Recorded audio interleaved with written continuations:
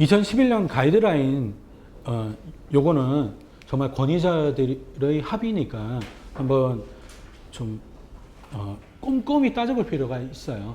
물론 이게 완결된 가이드라인이 아니에요.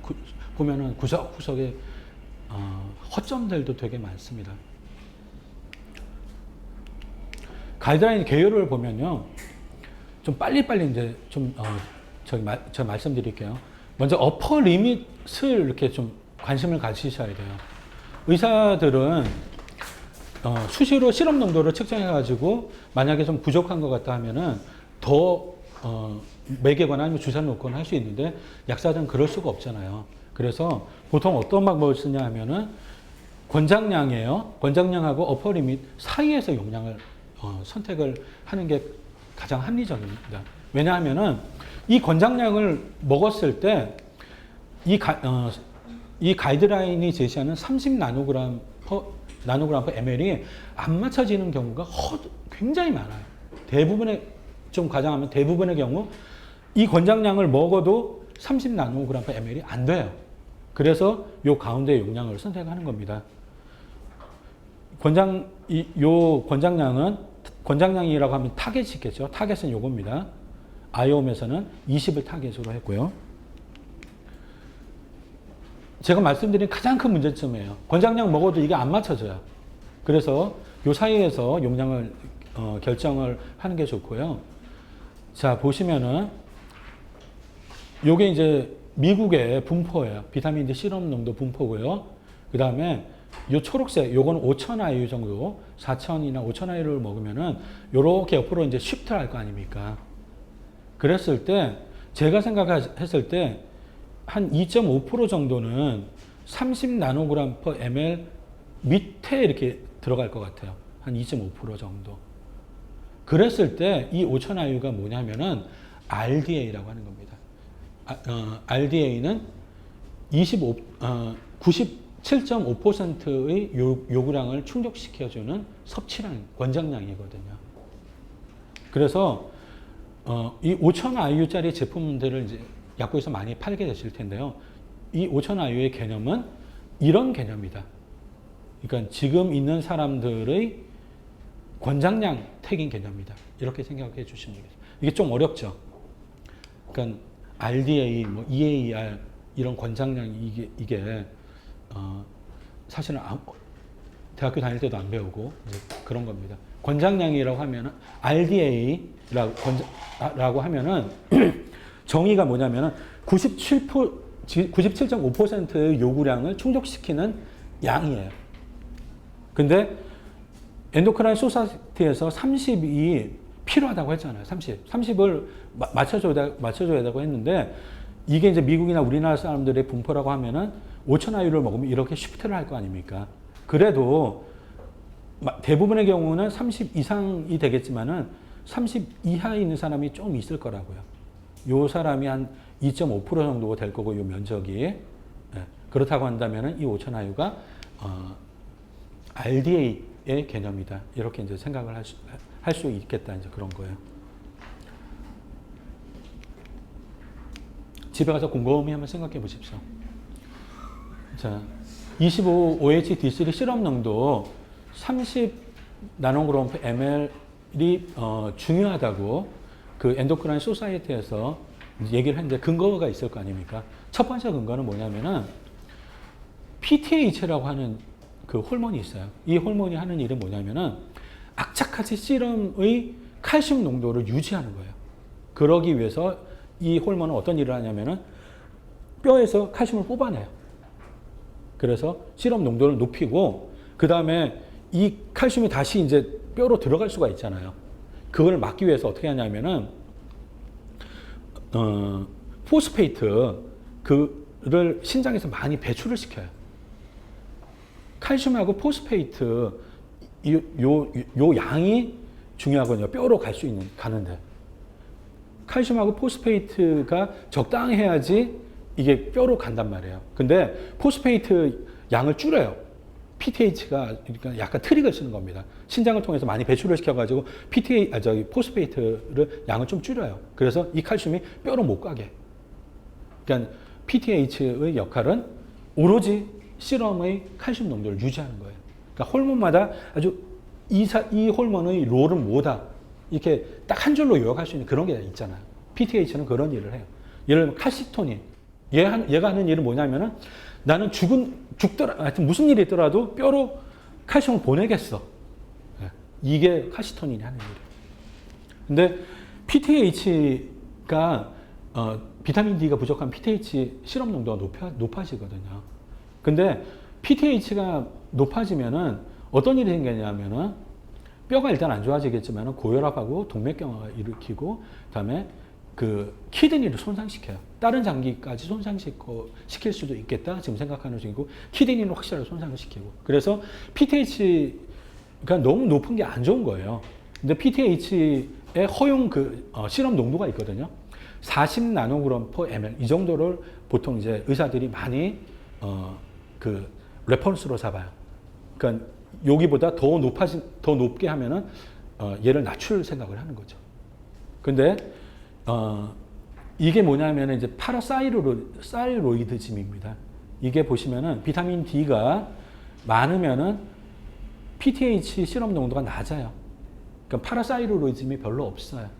이렇게. 근데 이 구간에서는 비타민 D가 낮으면 낮을수록 이렇게 되는 거죠. 예를 들어서 비타민 D가 10인 사람은 파라사이로이즘 그 기준이 40이라고 제가 말씀드렸죠. 40 이상인 사람 그 사람을 봤더니 한 30%가 되더라. 그리고 비타민 D가 더 낮으면 더 많아진다. 그러니까 안 좋다는 거예요. 그래서 PTH를 제어하기 위해서라도 비타민 D가 필요하고 그래서 30 이상은 돼야 되겠다라고 이 엔도크라인 소사이어티에서 생각을 한 겁니다. 근거 첫 번째 근거고요. 두 번째 근거는 뭐냐면은 뼈를 잘라가지고 염색을 해요. 뼈 보시면은 요 까만 거는 저기 미네랄이 들어간 겁니다. 칼슘, 뭐 마그네슘 하여튼 뭐 들어갈 수 있는 거 하여튼 다 들어간 거예요. 그 다음에 요게 뭐냐면은 일단 그 미네랄라이제이션 되지 않고 그 골화라고 하죠. 골화되지 않은 단백질만 채워 있는 상태예요. 그러니까 누구든지 이제 뼈를 잘라서 보면은 이게 골화되어 있는 게 뭐 한 90%, 그다음에 골화되지 않고 단백질만 들어차 있는 게 한 10% 이렇게 됩니다. 근데 봤더니 보통 저기 그 오스티오말라시아라고 뼈가 아픈 그런 질병이 있어요. 이 질병에 이 골화되지 않은 이게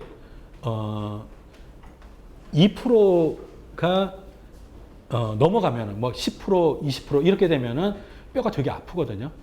그러면 그 진단을 하는데 이제 기준을 2%로 잡기도 하고 어떤 사람은 5%로 잡기도 하고 이제 10% 잡기도 하는데 제일 좀 그 강경한 기준이에요. 좀 적극적으로 이렇게 오스티오말라시아를 진단하는 기준인데요. 사실 이때 2%만 돼도 하나도 아프지는 않아요. 아프지는 않지만은 일단 뼈에 분명히 문제가 있다라고 생각을 하는 정도고 사고로 죽은 675명을 이제 뼈 검사를 했어요. 그래가지고 전체 볼륨의 요 골화되지 않은 부분이 몇 퍼센트가 있는지 이거를 이제 다 조사를 한 겁니다. 그랬더니 30이 넘어가는 사람한테는 뼈가 다 튼튼했어요. 요게 기준이 이제 2%예요. 오스티오이드가 2%다 30이 넘어가면은 뼈가 이제 다 골화가 잘 돼 있는 겁니다. 그리고 30 이하로 가면 갈수록 이제 뼈가 이렇게 골화되지 않은 이제 그런 사람들이 이제 많은 거예요. 그래서 30은 돼야지 정말 뼈가 튼튼해지겠구나라고 생각을 합니다. 이게 근거 2예요. 이제 요런 몇 가지 이렇게 근거를 가지고 30을 정한 겁니다. 그리고 어퍼 리밋을 엔도크라인 소사이어티는 어떻게 이제 정했냐면은 주로 이제 논문을 검토를 했겠지만 주로 요 리뷰 논문을 많이 검토를 했어요. 저도 이렇게 읽어본 논문이긴 한데 그래서 제가 이렇게 그린 그림입니다. 일일이 이 사람들은 이 논문의 저자들은 비타민 D를 먹인 임상 데이터를 모아가지고 몇 아이를 먹였더니 부작용이 나타나더라. 어떤 몇 아이를 먹였더니 안 나타나더라. 이걸 다 기록을 했어요. 그래서 제가 표로 만든 겁니다. 이거는. 다른 사람들도 이 논문을 가지고 이런 표를 만들었어요. 그래서 구글 검색해 보면 이런 비슷한 표가 나올 겁니다. 이건 제가 그린 표인데 보시면은 이게 로그 스케일이에요. 보시면은 만 아이유를 먹였을 때는 비타민 D 시럽 농도가 100 나노그램 per ml 밑에서 이렇게 다 놀아요. 그리고 가끔 가다가 굉장히 고용량을 먹였음에도 불구하고 부작용이 안 났어요. 초록색은 부작용이 안 난 겁니다. 빨간색은 부작용이 난 거고. 봤더니 3만 아이유를 오랜 기간 동안 먹이면 부작용이 좀 나오는 것 같아요. 그리고 시럽 농도가 200이 넘어가야지 부작용이 나오는 것 같아요. 그래서 여기가 이제 위험한 종입니다. 해저러스 존, 위험한 종이고요. 요게 엔도크라인 소사이어티에서 만 아이유를 어퍼 리밋으로 정했잖아요. 이 닥터 홀릭이 좌장인데 이 사람이 강연을 많이 다녔어요. 비타민 D의 중요성 환기시키는 일반인 대상으로 하는 강의를 많이 다녔는데 이 사람이 perfectly safe하다고 하는 용량이고요. 그 다음에 일부 사람들은 이거는 진짜 그 어퍼 리밋이 아니라 중간 어퍼 리밋이다. 진짜 어퍼 리밋은 3만 아이유로 잡는 게 적당하다. 이게 봐라. 3만 아이유 밑으로는 부작용 하나도 없지 않냐. 이게 그래서 진정한 어퍼 리밋은 이렇다라고 주장하는 사람들이 있는 겁니다. 그래서 만 아이유까지는 세이프해요. 그래서 혹시 비타민 D를 많이 공부하고 혹시 제 강의를 듣고 뭐 자가 면역 질환이나 아니면 정말 어떤 질병을 케어하기 위해서 비타민을 쓴다면 만 아이유를 써야 되는 경우 되게 많거든요. 대부분의 경우 만 아이유를 써야지 효과가 이렇게 잘 나와요. 물론 임상 실험은 한 5천 정도에서 해가지고 이렇게 좀 나오긴 하지만 부족한 게 많거든요. 근데 그 용량을 좀 더 높여야지 효과가 제대로 나오니까 만 아이유 정도 써도 괜찮은 겁니다. 매일 먹어도 오랜 기간 먹어도 부작용이 없어요. 비타민 D 중독 증상은 1980년도에 사고가 한번 났어요. 이게 보스턴에서 사고 났는데 그 우유를 만드는 회사에서 비타민 D를 좀 많이 넣은 거예요. 사고로. 그래서 리터당 28,000 IU. 그러니까 예를 들어서 매일 1리터를 먹는 애기들 혹은 사람들이 매일 28,000 IU를 먹은 거예요. 그리고 어떤 우유는 리터당 30만 IU까지 이렇게 들어갔어요. 그래서 이 30만 IU를 쭉 먹은 사람도 있는 거예요. 이 사고로 2명이 죽었어요. 그래서 그 이후로 미국 정부에서 이제 우유 공장의 관리를 이제 더 철저히 하고 하는데 이때 제대로 된 이제 비타민 D 중독 증상을 역학 조사를 할 수가 있었습니다. 그래서 아노렉시아는 몇 %가 나오고 뭐 이런 조사가 다 돼 있어요. 그러니까 오줌을 많이 누는 거는 12%의 사람에게 나오고 이런 자세한 이제 조사가 다 돼 있고요. 요거 한번 집에 가서 읽어보시고 대부분 다 실험 칼슘 농도가 높아지는 겁니다. 실제로 높아져요. 그러니까 실험 칼슘 농도는 굉장히 좁은 범위 내에서 유지가 되어 있거든요. 이거는 생명과 직결되어 있기 때문에 이거를 흔들어뜨리기가 되게 어려워요. 근데 비타민 D를 사실은 이 정도 용량을 오랜 기간 동안 먹으면 이게 정말 위로 올라갑니다. 그래서 실험 칼슘 농도가 높아져요. 그러면은 정말 일부 비타민 D를 무서워하는 이제 의사들이나 학자들이 두려워하는 그런 일이 생기는 겁니다. 근데 실험 칼슘 농도는 사실 굉장히 안정된 범위에서 움직여요. 자, 이 사람이 이제 와치베이비라고 하는 사람입니다. 와치베이비라고 하는 사람인데요. 그 해안가에서 인명구조하는 사람이죠. 이 사람 보고 비타민 D 중독이 걱정된다고 이렇게 걱정하는 사람 없을 거 아니에요. 이 사람들 실험 농도 100 나노그램 per ml 넘어가는 경우도 꽤 있거든요. 보통 뭐 평균이 아까 전에 봤지만은 60이라고 그랬잖아요. 평균 60이라고 그랬나? 네. 근데 이 사람들 비타민 D 부족 걱정해 줄 필요가 없거든요. 오히려 부럽잖아요. 예쁘고. 네. 그렇지만은 레날 칼슘 이거는 좀 걱정을 해야 돼요. 비타민 D 예를 들어서 한 만양유 정도 먹으면은 실제 신장 결석은 더 많이 생길 수 있다고 생각을 해야 됩니다. 그래서 고용량을 먹을 때는 물을 좀 많이 먹는 게 좋아요. 그리고 마그네슘을 한 100ml나 한 200ml 정도만 더 추가를 해도 신장 결석은 안 생긴다고 생각하시면 돼요. 마그네슘이 신장 결석 생기는 걸 아주 강력하게 막아주거든요. 임산부, 수유부, 영유아 보시면은 IOM에서는 600, 내분비학에서는 1500에서 2000IU를 임산부하고 수유부한테 임산부한테 먹으라고 했어요. 임산부. 만약에 아기가 비타민 D를 먹지 않으면 수유부는 이걸로 안 됩니다. 이거보다 더 많이 먹어야 돼요. 4000에서 6000IU 이렇게 먹으라고 엔도크라인 소사이티에서 가이드라인으로 제시를 했어요. 근데 그것도 사실 좀 부족합니다. 7000IU 정도? 그 정도 먹어야지 아기한테까지 충분히 가요. 임산부들한테 600IU를 보충시킨 임상실험 데이터를 한번 볼게요. 70%는 600IU 말고도 비타민 D 400IU가 들어간 종합 비타민을 복용하고 있었어요. 출산과 동시에 산모하고 영아의 실험 비타민 D를 측정했더니 20 나노그램 per ml 이하인 게 산모는 76%고 영아는 81%예요. 그러니까 IOM에서 600IU를 먹으면은 20 나노그램 per ml이 맞춰진다라고 해서 이렇게 먹으라고 한 거잖아요. 맞춰지지가 않는다니까요. 그리고 보시면은 이제 이런 역학조사는 어떻게 하는 거냐면은 아기가 태어나자마자 엄마한테는 피를 쉽게 뽑을 수가 있잖아요. 아기한테는 피 뽑기가 어려워요. 그래서 어떤 방법을 쓰냐면은 이제 배에 이렇게 이제 탯줄을 있잖아요. 여기를 끊잖아요. 그러면은 여기다가 집어넣어가지고 피를 뽑아내요. 이게 뭡니까? 그거잖아요. 콜드 블러드잖아요. 이 콜드 블러드가 태아의 지금 현재 블러드랑 똑같은 블러드예요. 여기서 비타민 D 시럽 농도 측정하면 되거든요. 역학조사를 해봤어요. 엄마 피 뽑고 아기도 피를 뽑았더니 엄마가 30이면은 아기는 20 이렇게 3대 2로 배분이 돼요. 네.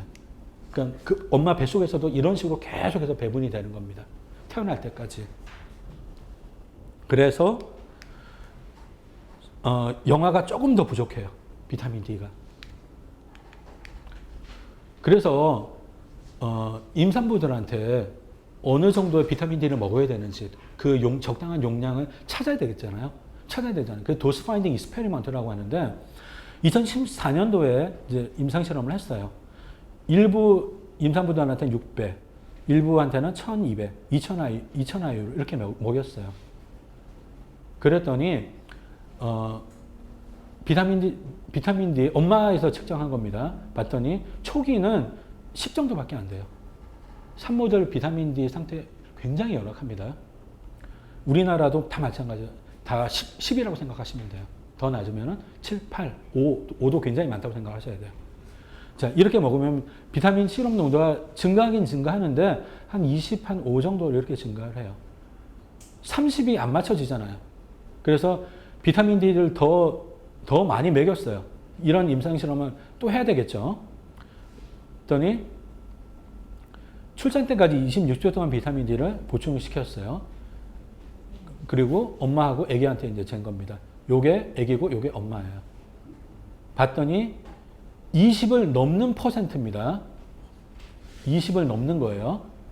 아기는 20을 넘는 퍼센트가 80%고 엄마는 20을 넘는 퍼센트가 한 90 정도 이렇게 되는 것 같아요. 30이 안 맞춰지잖아요. 그래서 소사이티 가이드라인에서 이렇게 먹으면 30이 맞춰진다고 했지만 실제로 해보면 안 맞춰져요. 이게 가장 큰 문제예요. 그 가이드라인에. 모유의 비타민에는 모유에는 비타민 D 거의 없어요. 일반적으로는 25IU가 있고 심하게 부족한 경우는 5에서 15IU 정도 있습니다. 1리터에. 근데 갓 태어난 아기는 50ml 정도 먹어요. 물론 갈수록 이제 먹는 약이 적겠지만은 태어나가지고 한 며칠 동안 뭐 한 달도 마찬가지겠지만은 모유를 통해서 비타민 D를 충분한 양을 공급받기가 불가능합니다. 모이는 완전식품이라고 하지만은 비타민 D에 대해서는 관해서는 전혀 완전식품이 아니에요. 그래서 아기들까지 이제 먹이는 겁니다. 그래서 엔도크라인 소사이어티 가이드라인에 아기들도 먹이라고 했잖아요. 그 아기들은 언제부터 먹이냐면 태어나자마자 바로 시작하는 겁니다. 자, 케이스 스터디를 한번 해볼게요. 고릴라요, 고릴라. 애기 고릴라인데 근육이 약하고 이게 막 경련을 하는 겁니다. 손목이 이게 부어 있죠. 이게 리켓이 손목이 이렇게 부어 있어요. 여기가 손목이 부어 있고 소아과 의사가 딱 봤더니 아 리켓이네. 그래서 비타민 D를 먹여야지 하고 이제 그때 IOM에서 뭐 권장한 양 이렇게 이제 먹였어요. 전혀 차도가 없겠죠. 그래서 400IU에서 반응이 없으면은 지네틱 디스올더가 있을 것이다. 유전병이 있을 것이다. 나는 모르겠다. 라고 이제 손을 들었고요. 비타민 D 전문가, 닥터 홀릭입니다. 이 사람이 이제 보스턴에 일을 하니까 이 동물원에서 전화를 했어요. 봤더니 리켓신에 5,000IU 먹어야지 해가지고 몇 주 안에 모든 증상이 다 개선이 된 겁니다. 이때까지만 해도 거의 죽어가 있는 상태였었는데 그러니까 의사들이 이게 옛날 생각하고 있다니까. 많은 의사들이. 그리고 방송에서 나오는 사람, 나와서 비타민 D에서 얘기하는 사람들도 다 옛날 얘기하고 있어요, 지금. 엔도크라인 소사이어티의 공고는 이렇습니다. 영유아에게 400IU를 보충시켜요. 그리고 수유부는 2000IU를 먹어라. 요렇게 이제 권장을 했고요. 혹은 이 방법을 써도 된다고 했어요. 영유아에게 비타민 D를 보충시키지 않으려면은 엄마가 4,000에서 6,000IU를 보충해가지고 모유를 통해가지고 충분한 양의 비타민 D가 가게끔 해라 라고 했는데 사실은 잘 안 갑니다. 그래서 좀 더 먹여야 돼요. 아니면은 5,000IU를 먹이면서 야외 활동을 좀 적극적으로 권장을 하거나 그렇게 해야 됩니다.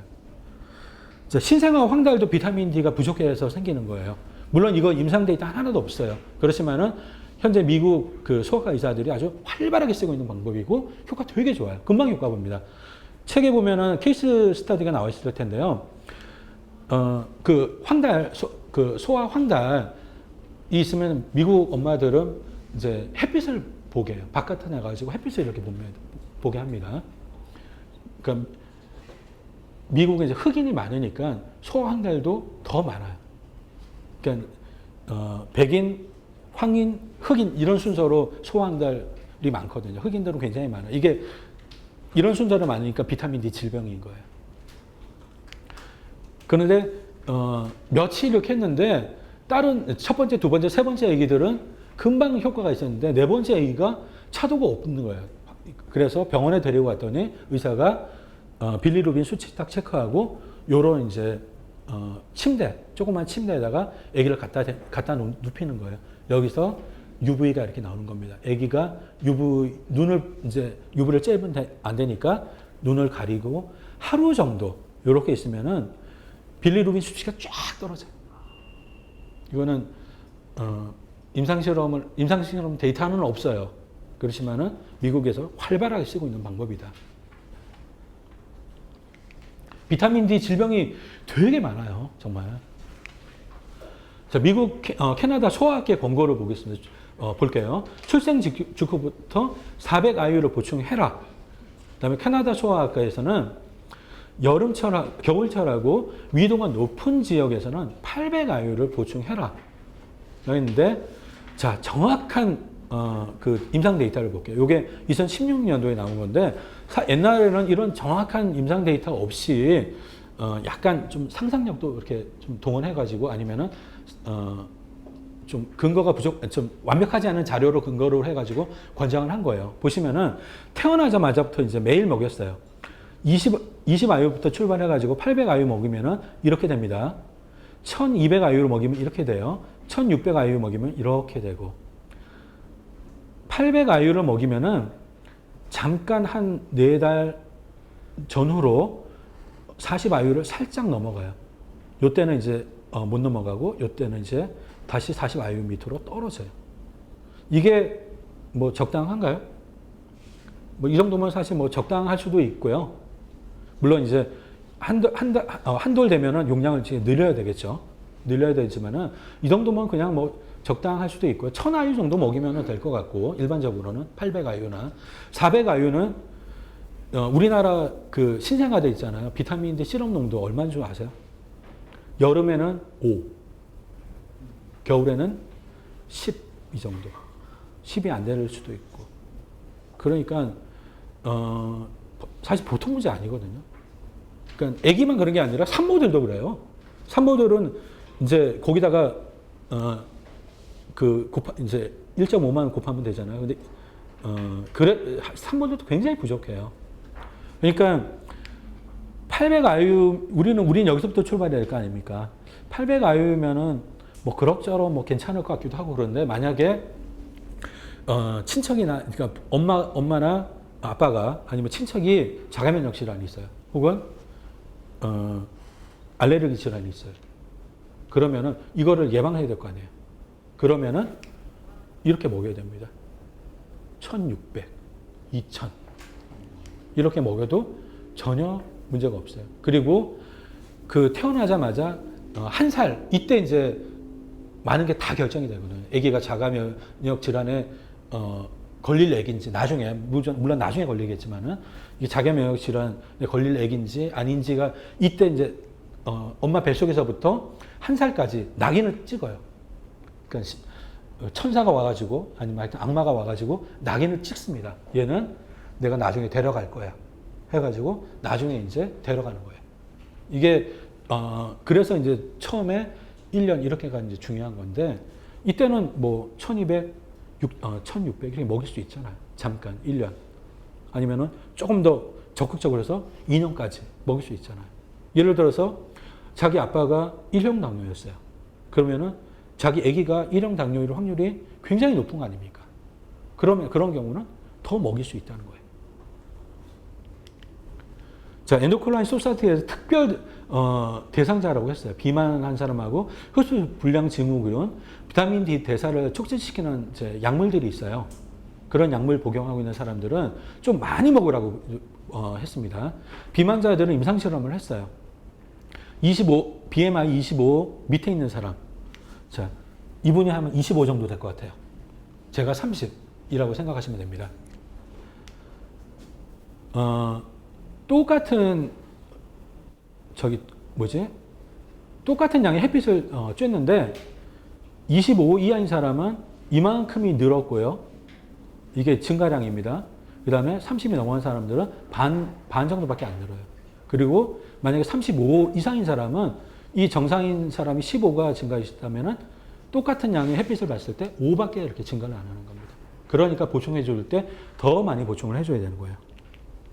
그다음에 소화 흡수 불량 증후군인 사람 이런 사람들은 이제 조심해야 되는 거죠. 크론스 디지즈, 얼서러티브 디지즈, 그다음에 체중 감량 조절을 위해서 소장을 잘라내는 사람, 뭐 이런 사람들이 이제 해당되는 거고요.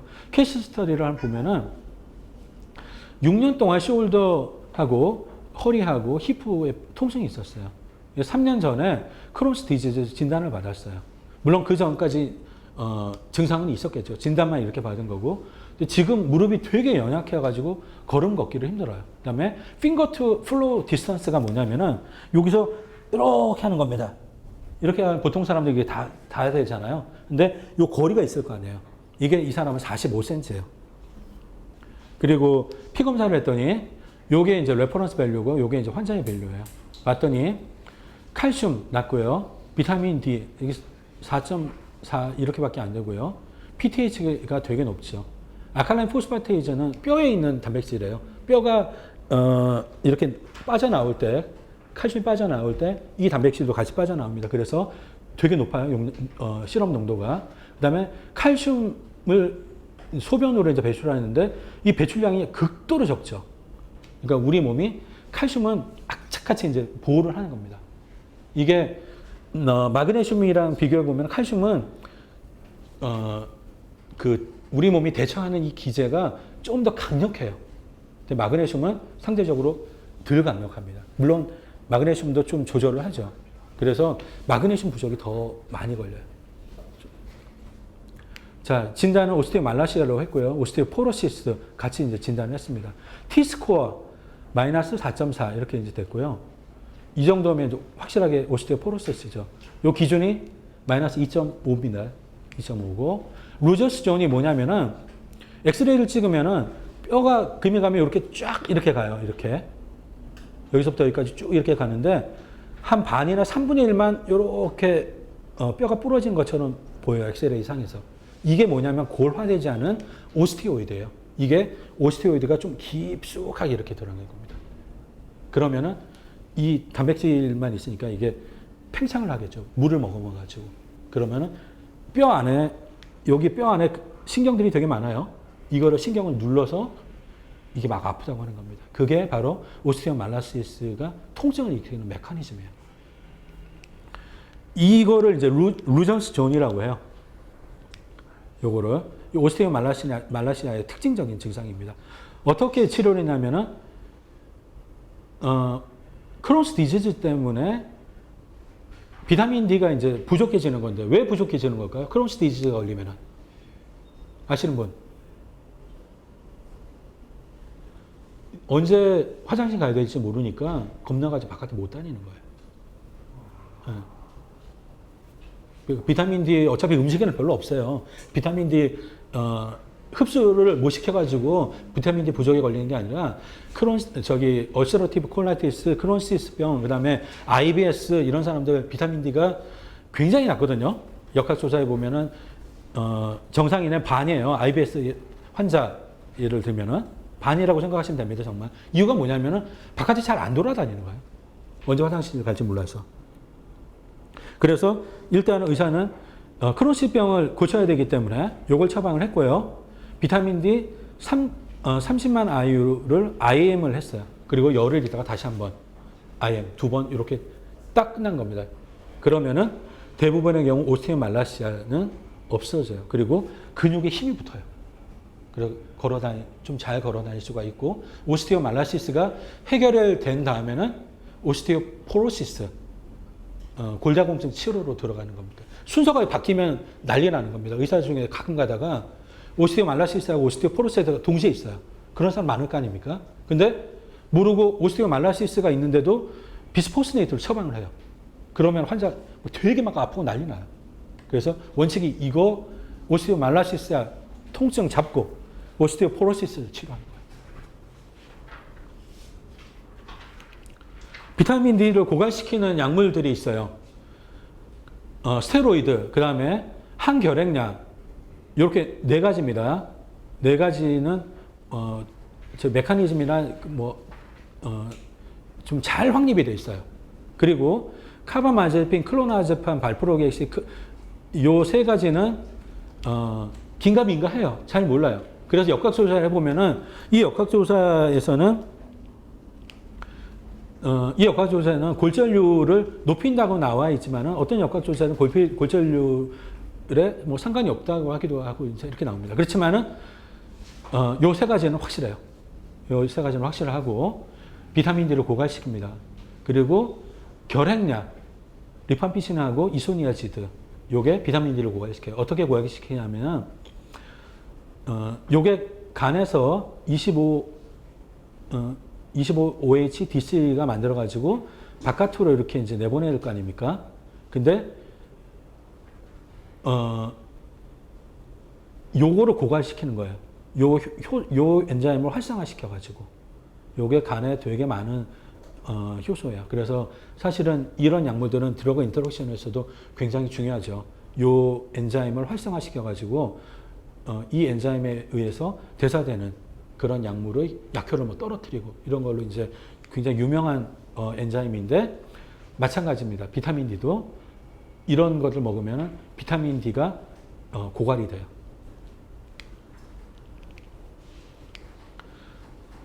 이건 역학 조사한 건데요. 폐경 이후의 여성들입니다. 컨트롤은 T밸류가 마이너스 0.1인데 요 결핵약 먹는 사람 마이너스 0.6이에요. 0.6이면 한 요 정도 되겠죠. 요 정도. 오스티오페니아는 마이너스 1이 진단 기준이에요. 요때부터 이제 조심하라고 이제 의사들이 얘기를 하는 거죠.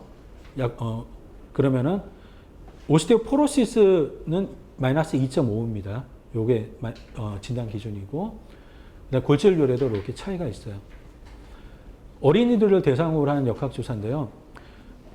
결핵약을 한 가지 먹는 아기들이 있고 두 가지 이상 먹는 아기들이 있을 거 아닙니까? 봤더니 두 가지 이상 먹는 아기들은 비타민 D가 더 부족해요. 이 빨간색이 뭐냐면은 비타민 D 실험 농도 20 이하인 애들이거든요. 요게 이제 컨트롤이라고 한다면은 두 가지 이상 먹는 사람은 20 이하인 사람이 거의 80% 정도 되는 거예요. 그래서 결핵약을 개수를 많이 먹으면 많이 먹을수록 비타민 D가 부족해진다. 그리고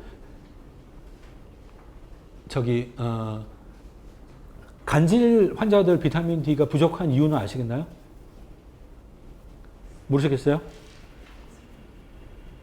언제 간질이 날지 몰라서 집에만 있는 거예요. 예를 들어서 운전하다가 간질 나면 죽잖아요. 그래서 아기들 같은 경우는 엄마가 걱정이 돼서, 그러니까 바깥에 놀다가 미끄럼틀 타다가 간질 나서 뭐 어떻게 될까봐, 자전거 타다가 될까봐 아기를 바깥에 안 보내는 거예요. 그래서 이제 이런 비타민 D가 부족한 질병들이 있어요. 그러니까 간질 같은 경우는 이제 비타민 D가 부족한 질병이에요. 엄마들이 안 내보내니까 바깥으로. 그래서 간질약을 먹으면은 비타민 D가 더 고갈이 되겠죠. 우리가 만약에 구석기 시대처럼 비타민 D 혈중 농도가 50나노, 60나노 이렇게 되면은 10 떨어지는 거 사실 아무것도 아니잖아요. 근데 지금 간당간당하게 부족한 상태인데 여기서 저희 간질이라고 해가지고 10이 떨어지고, 그러니까 간질약 먹는다고 해서 한 5 정도 떨어지고, 이러면 이제 큰 문제가 생기는 겁니다. 심각한 문제가 생겨요. 역학조사 해보면요, 간질약 복용하고 1.8년 후에 비타민 D가 11이 떨어져요. 11이.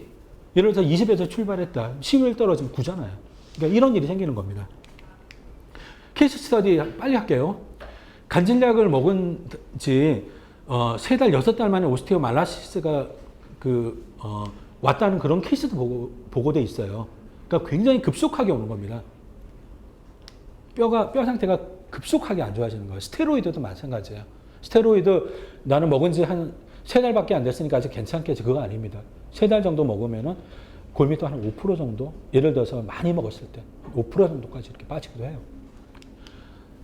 자, 15살이에요. 성장기죠.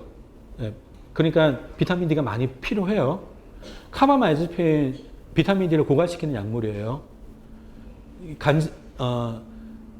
간질이 케어되지가 않아가지고 페노바비탈을 추가했어요. 이것도 비타민 D 고갈시키는 겁니다. 언제 간질이 발생할지 몰라서 주로 집안에 많은 시간을 보냈고요. 다음에 그럼 비타민 D가 부족해지겠죠. 그러면은 결핵에도 잘 걸려요. 이거 결핵 환자들 보면은 비타민 D가 충분한 사람은 결핵 환자가 거의 없습니다. 그러니까 결핵 진단 받은 사람 비타민 D 실험 농도 측정해 보면 다 10, 15만 이렇게 돼요. 이런 사람들만 결핵에 걸리는 겁니다. 결핵에 걸렸어요. 6달 동안 결핵약을 먹었어요. 리팜피신을 먹었네요. 이게 비타민 D를 고갈시키는 거죠. 그러니까 결핵에 걸렸을 때 어떻게든 일주 안에 한 달 안에 결핵을 끝을 내야 돼요. 표준 요법이 2달이잖아요. 근데 이게 안 되면은 늘어나는 겁니다. 근데 이 기간 동안 이 결핵약 계속 먹어봐요. 비타민 D 계속 고갈됩니다. 이 결핵약이 비타민 D 고갈시키는 그 정도가 굉장히 심해요. 좀 이따가 자료 볼 겁니다. 그래서 결핵 환자를 보면은 어떻게든 표준 요법은 2달이지만은 초기 1달로 마무리를 짓는 방법을 생각해 줘야 돼요. 그걸 고민해 줘야 되고, 비타민 D를 먹으면은 표준 1달 만에 거의 100% 완치를 시킬 수가 있어요. 다 임상 데이터가 있는 겁니다. 나중에 면역 부분에서 다 살펴볼 거예요. 자, 6달 동안 온몸이 아프고 근육이 힘이 약해졌어요. 그러니까 피머를 누르면은 아파요. 이게 뼈입니다. 피머면은 여기가 피머인가?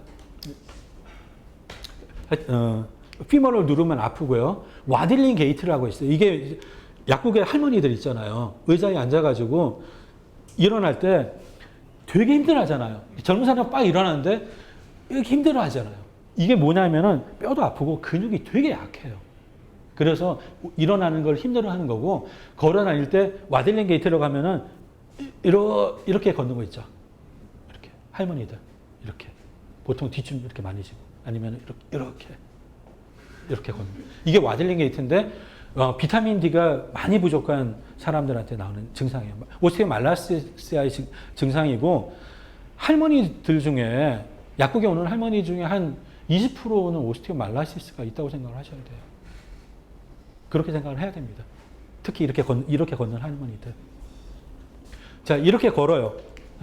이 학생이 루저스 존 보이고 골매도 감소하고 류켓도 보여요. 실험 농도가 낮고요. 어떻게 치료를 했냐면은 60만 IU 콜레스테롤 비타민 D죠. 이거를 경부토예요. 원샷으로 이렇게 하면은 더 이상의 비타민 D를 복용할 필요 없이 퇴원을 할 수가 있어요. 그러니까 이런 케이스 스터디를 이렇게 하면은 의사들이 어떻게 물론 대부분의 의사는 비타민 D에 관심 없어요.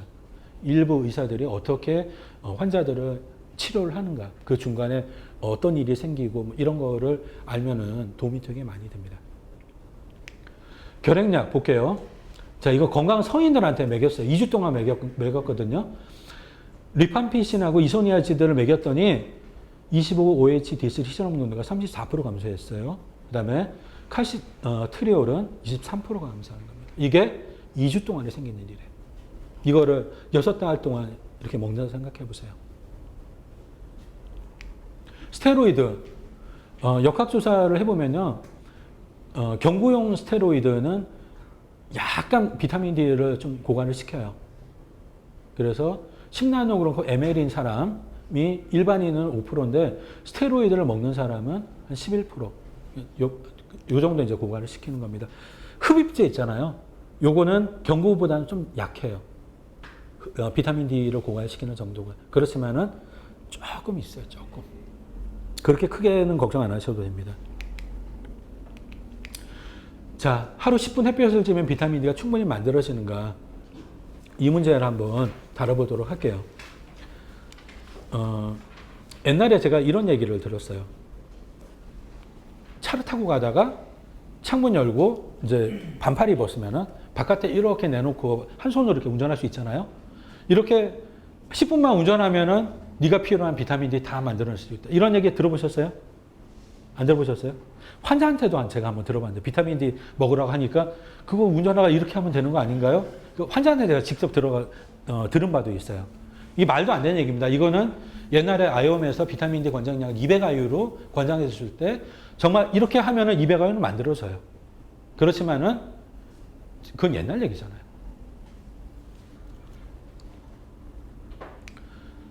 자, 임상 데이터 한번 볼게요. 요거는 좀 잘 살펴볼 필요가 있습니다.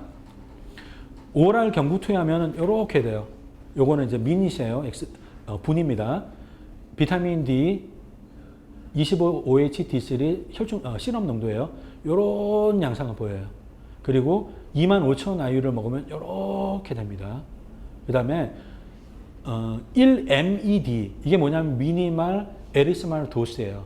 이거는 이제 사람마다 다 틀려요. 어떤 사람은 빛을 많이 쬐어줘야지 1MED가 되기도 하고 어떤 사람은 이제 그런데 물론 색깔이 이제 되게 중요합니다. 이거 측정하는 방법은 어떻게 하냐면은 등에다가 있잖아요. 여기다 빵꾸를 되게 많이 내요. 빵꾸를 여러 개 내가지고 빛을 이제 강도를 들려가지고 이렇게 쏴줘. 여기다 쏴주고 여기는 좀 많이 쏴주고 해가지고 그 다음날 빨갛게 이제 변하는 이제 어디하고 어디 사이에서 이렇게 빨갛게 변하는지 아실 거 아니에요. 그게 바로 이제 1MED거든요. 근데 1MED에 빛을 쏘면은 이렇게 돼요. 자, 그러니까 이게 좀 약간 어렵잖아요. 그러니까 바깥에 얼마 정도 내가 야외 활동을 해야지 충분한 양의 비타민 D가 만들어지는지 그러니까 해답을 내기는 좀 어려워요. 그렇지만은 이 MED를 알고 있는 사람은 이게 가능하겠죠. 근데 여기서 이제 중요한 건 뭐냐면 이 키네틱이에요. 키네틱. 약동력 항인데요. 제가 아까 좀 말씀드렸다시피 경구로 투여하면은 빨라요. 키네틱이. 근데 이게 빛을 쬐주면은 아니면은 주사로 만든 것도 마찬가지지만 키네틱이 이렇게 느립니다. 키네틱이. 그 이유는 제가 아까 말씀드렸죠. 여기서 만들어진 거는 전신을 다 돌다가 간에 가가지고 25 OHD3로 바뀌어서 피로 나가니까 키네틱이 느리는 거예요. 그래서 사람들이 이 면적을 계산해 봤더니 1 MED만큼 빛을 쬐주면은 2만 IU 경구 투여한 거에 맞먹는다. 이제 이런 결론을 냈어요. 요거는 비타민 D 공부를 해보면 이제 많이 나오는 얘기예요. 어느 정도 빛을 쐬줘야지 비타민 D가 만들어지는지 할 때 많이 근거로 나오는 논문입니다. 자, 그래서 이 방법 말고 요 방법을 쓰는 게 훨씬 더 편해요. 이게 2009년도에 이게 아마 뉴질랜드 학자들일 텐데요. 이 사람들이 일일이 실험을 했어요. 어떻게 했냐면은 빨가벗겨가지고 침대에 눕혀요. 그래가지고 빛을 쬐줘요. 빛을 쬐주는데 어떤 빛을 쬐주냐면은 UV 인덱스라고 있어요. 이거는 서울의 UV 인덱스, 정오의 UV 인덱스는 얼마입니다 하고 기상캐스터가 얘기를 해주는 경우도 있고 어디 이제 가면은 다 찾아볼 수도 있어요. 그래서 10시에는 UV 인덱스 얼마, 12시에는 얼마 이렇게 다 나옵니다. 제가 제가 찾은 데는 여기예요. 여기 들어가면은 나옵니다. 물론 여기뿐만 아니라 뭐 외국으로 다 이렇게 그 링크가 걸려 있어가지고 시카고 뭐 이런 데도 다 나와요. 이제 요거 제가 5월 중순에 자료를 만들었는데요. 5월 중순에 정오 12시에는 UV 인덱스가 6이에요. 그리고 한여름 정오는 지금 사실 한여름 정오일 겁니다. 지금은 한 10 정도 생각하면 돼요. 겨울 정오에는 1에서 2 정도고 이 UV 인덱스에 해당하는 그 빛을 침대에 누운 사람한테 쐬줬어요. 그리고 나서 비타민 D가 얼마 만들어지는지 계산을 하는 거예요. 그래서 이런 그래프를 그렸습니다. UV 인덱스 9인 사람은 1000 IU를 만들기 위해서는 시간이 이 정도만 있으면 돼. 그 다음 UV 인덱스 3인 빛을 쬐줬을 때는 4분이 필요해. 이거를 점 찍은 거예요. 일일이. 그래서 이걸 연결한 겁니다. 그래서 백인을 대상으로 한 거예요. 그리고 수영복도 그러니까 거의 빨가벗은 상태, 삼각 수영복. 남자는 이제 위에 안 하고 여자는 또 비키니라고 생각하시면 됩니다. 이렇게 좀 많이 가리는 그런 수영복 말고요. 최대한도로 빛을 많이 볼 수 있는 그런 복장으로 실험을 한 거고요. UV 인덱스 6의 햇빛을 받으면 2분 후에 1000 IU가 만들어져요. 그러면 이제 계산을 이제 할 수가 있겠죠. 우리나라 사람들은 스킨 팩터를 2라고 봐요. 그 다음에 베트남 이쪽으로 가면 좀 더 까맣잖아요. 그 사람들은 3이라고 봅니다. 스킨 팩터를 3이라고 생각하면 돼요. 그다음 반바지하고 짧은 셔츠 여기에 이제 그렇게 입고 오신 분이 없는데 여기 반바지라고 생각하시면 됩니다. 제가 반바지 입고 셔츠 입었어요. 그리고 야외 활동을 해요. 그러면 비타민 D 1000 IU를 생산하는 데 필요한 시간을 계산해 볼게요. 자, 백인들은 아까 전에 그 그래프에 2분이라고 나왔었죠. 그 다음에 스킨 팩터를 곱해야 돼요. 우리나라 사람은 2를 곱해야 됩니다. 백인보다 2배 더 많은 시간이 필요해요. 그 다음에 클로딩 팩터를 곱해야 돼요. 그렇게 입으면은 전체 체표면에 25%만 드러난 거거든요. 그래서 4를 곱해야 되겠죠. 이건 산수입니다. 그다음에 포지션 팩터를 곱해야 돼요. 아까 전에 누워서 했잖아요. 근데 서서 이렇게 왔다 갔다 하면은 햇빛을 반밖에 못 받아요. 서서 왔다 갔다 하는 거하고 누워 있는 거하고 햇빛을 보는 햇빛을 받는 그 양의 차이가 있어요. 그 팩터까지 곱해야 됩니다. 그러면은 32분이 필요해요. 1000 IU 만들기 위해서.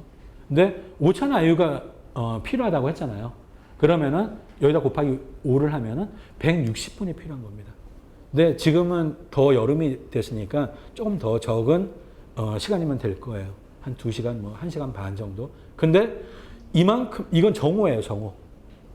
근데 이거 하기가 어려워서 비타민 D 부족이 다 빠지는 겁니다. 이걸 못해서. 그러니까 현대인들이 다 실내 생활을 하고 창문 바깥에서 이제 일을 하잖아. 창문 바깥에서 일을 하잖아. 근데 창문은 통해서 UVB가 통과를 못 하거든요. 우리는 주로 창문 안쪽에서 일을 하는 이제 사람들이지만은 창문이 다 막아요, UV를. 물론 각도도 별로 안 좋겠지만은. 이래서 비타민 D가 다 부족한 거고, 우리 약자들처럼 다른 사람들도 그 이유 때문에 비타민 D가 다 터무니없이 부족한 거예요. 현대인들은 왜 비타민 D가 부족할까? 야외에서 보내는 시간이 절대적으로 부족하기 때문이고요. 비만인들이 많아졌기 때문이고, 달걀, 그다음에 육류에 비타민 D가 많이 없어졌어요. 그리고 비타민 D 혈중 농도는 낮추는 약물들이 있고, 현대인들은 주로 도시에 많이 살고 있는데 여기 뿌옇잖아요. 그러면은 이 UV를, 이 먼지 같은 것들이 먹거나 아니면 반사를 해요.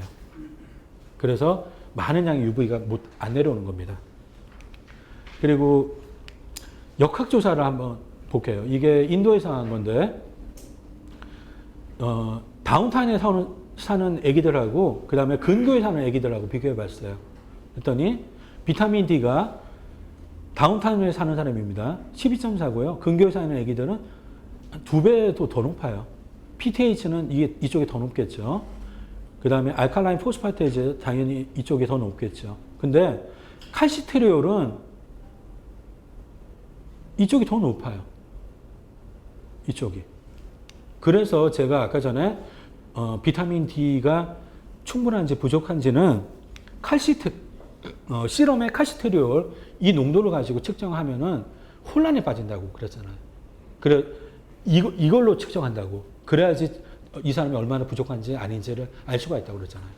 이런 일이 이제 생기는 겁니다. 이게 왜 그러냐면요. PTH가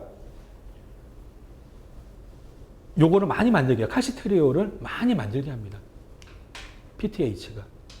그래서 비타민 D 요거를 통해 요거를 원료로 해 가지고 요거를 많이 만들어요. 그래서 여기보다 더 높아요. 그리고 이게 이제 고갈이 되겠죠. 요걸 많이 만드니까 PTH 때문에. 그래서 이렇게 엄청난 차이가 나는 거예요. 다운타운하고 그다음에 근교에 사는 이 차이밖에 없어요. 근데 이렇게 비타민 D 시럽 농도가 큰 차이가 나는 겁니다. 그러니까 이런 역학조사 같은 거 보면은 좀 뭔가 이렇게 생각하는 게 이렇게 많아져요. 그래서 로데이터를 보면서 공부를 하는 게 사실은 제일 좋은 겁니다. 누가 한 줄로 정리해 준 거 있잖아요. 그러니까 논문은 이제 뭐 한 5페이지인데 한 줄로 정리 가능하거든요. 근데 한 줄로 정리한 것만 쭉쭉쭉쭉 이렇게 공부하다 보면은 많은 걸 놓칠 수가 있어요. 자, 창문의 문제 되게 심각하다고 제가 말씀드렸죠. 그래서 현대인들 중에 인공태양이에요, 이거. 이거를 집안에 두려고 하는 사람들이 생기고 있어요. 미국에 인터넷 쇼핑몰 가면 이런 거 팝니다. 특히 우울증이 있는 사람들 있잖아요. 요거 집안에 들여놓으면 우울증이 확 개선이 돼요. 자, 고령화 문제. 제가 아까 전에도 잠깐 말했는데, 비타민은 피부에서 만들잖아요. 근데, 비타민 D의 원료가 되는 그 7-DHC, 그거를 많이 못 만들어내요. 연세가 드신 분들은. 나이를 먹으면 먹을수록 그 능력이 떨어지거든요. 원료 물질이 떨어지니까 같은 양의 UV를 쬐도, 사실 할아버지 할머니들은 젊은 사람들보다 UV 더 많이 쬐을 거예요. 근데 비타민 D를 많이 못 만들어내는 거예요. 실험을 해보면 이렇게 됩니다. 똑같은 양의 햇빛을 쬐어요. 젊은 사람들은 이만큼 올라갔어요. 비타민 D 실험 농도가. 근데 연세 드신 분들은 이렇게밖에 안 돼요. 이거는 이제 60까지는 아직 아니고요. 한 70, 80쯤 되면은 젊은 사람들에 비해서 이렇게 되는 겁니다. 한 4분의 1이나 5분의 1 정도로 생산량이 줄어요. 그래서 연세 드신 분들은 비타민 D를 많이 이렇게 부족하게 되기 쉽기 때문에 좀 생각을 좀 많이 해줘야 됩니다. 자, 미국 피부과 학회에서 어떤 포지션을 가지고 있는지 볼게요. 이 학회는 햇빛을 통해서 비타민 D를 만들지 말라고 하고 있어요. 그 이유는 피부암 때문에 그렇고, 그래서 꼭 선크림을 바르고 다니라고 하고, 이제 매스컴이나 이런 데서 그 얘기에 나오는 그 소스가 여기입니다. 미국 피부과 학회예요. 뭐 권위가 대단한 데죠. 여기 처음에는 미국 피부과 의사들만 참여했지만 지금 전 세계 모든 피부과 의사가 다 참여해요. 피부과 의사 뭐 한 3만 명, 뭐 4만 명 정도가 참여한 학회의 공식적인 입장이에요.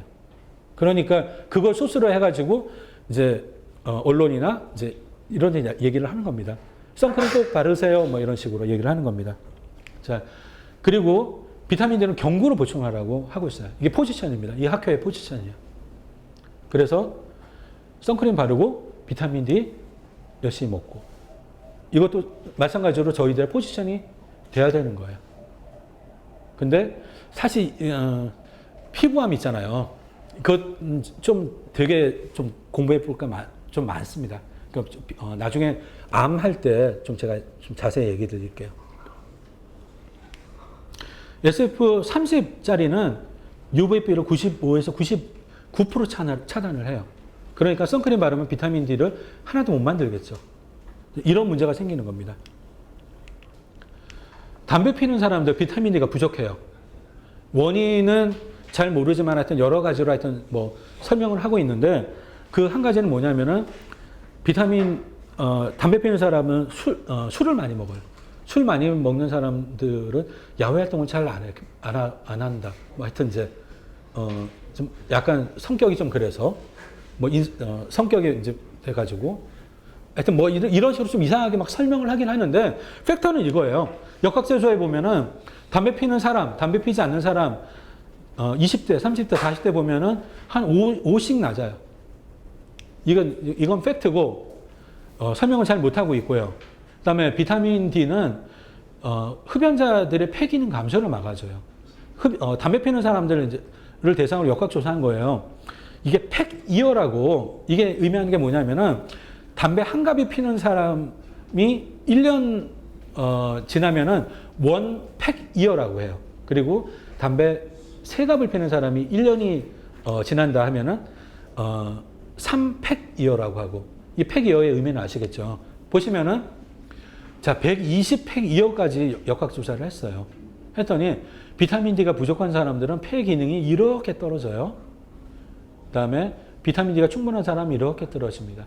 자, 요 지표 볼까요? 요거 폐 기능 검사할 때 많이 나오는 지표인데 뭐냐면은 FV1이에요. 이게 1세컨이거든요. 자기가 최대한 있는 힘껏 바깥으로 이렇게 내보낼 수 있는 그 공개 양. 물론 여기다가 이제 뭘 끼고 해요.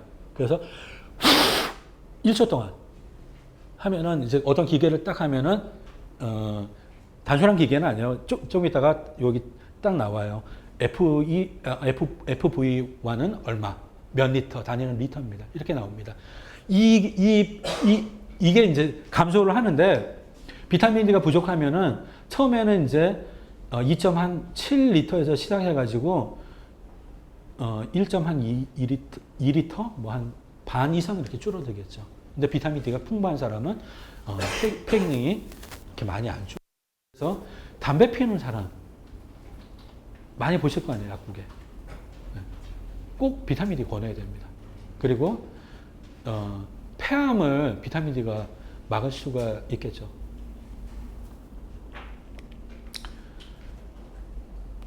지금 현재 20년 정도 담배를 피우면 롱 캔서에 걸릴 확률은 3%라고 봐요. 담배 피우는 사람이 20년 정도 담배 피우면 굉장히 높은 거죠. 이게 낮은 건 아니잖아요. 자, 이렇게 이제 전문가는 수치에 강해야 돼요. 그러니까 제가 그걸 언제 느꼈냐면은 저희 아버님이 이제 어떤 수술을 받으시는데 그 전날 이제 보호자가 사인을 해야 되잖아요. 레지던트일 겁니다. 레지던트가 와가지고 30분 동안 설명을 했어요. 어떤 수술인지. 근데 처음부터 끝까지 숫자예요. 이 수술을 안 받으면은 어떤 일이 생길 확률 몇 프로. 처음부터 끝까지 숫자예요.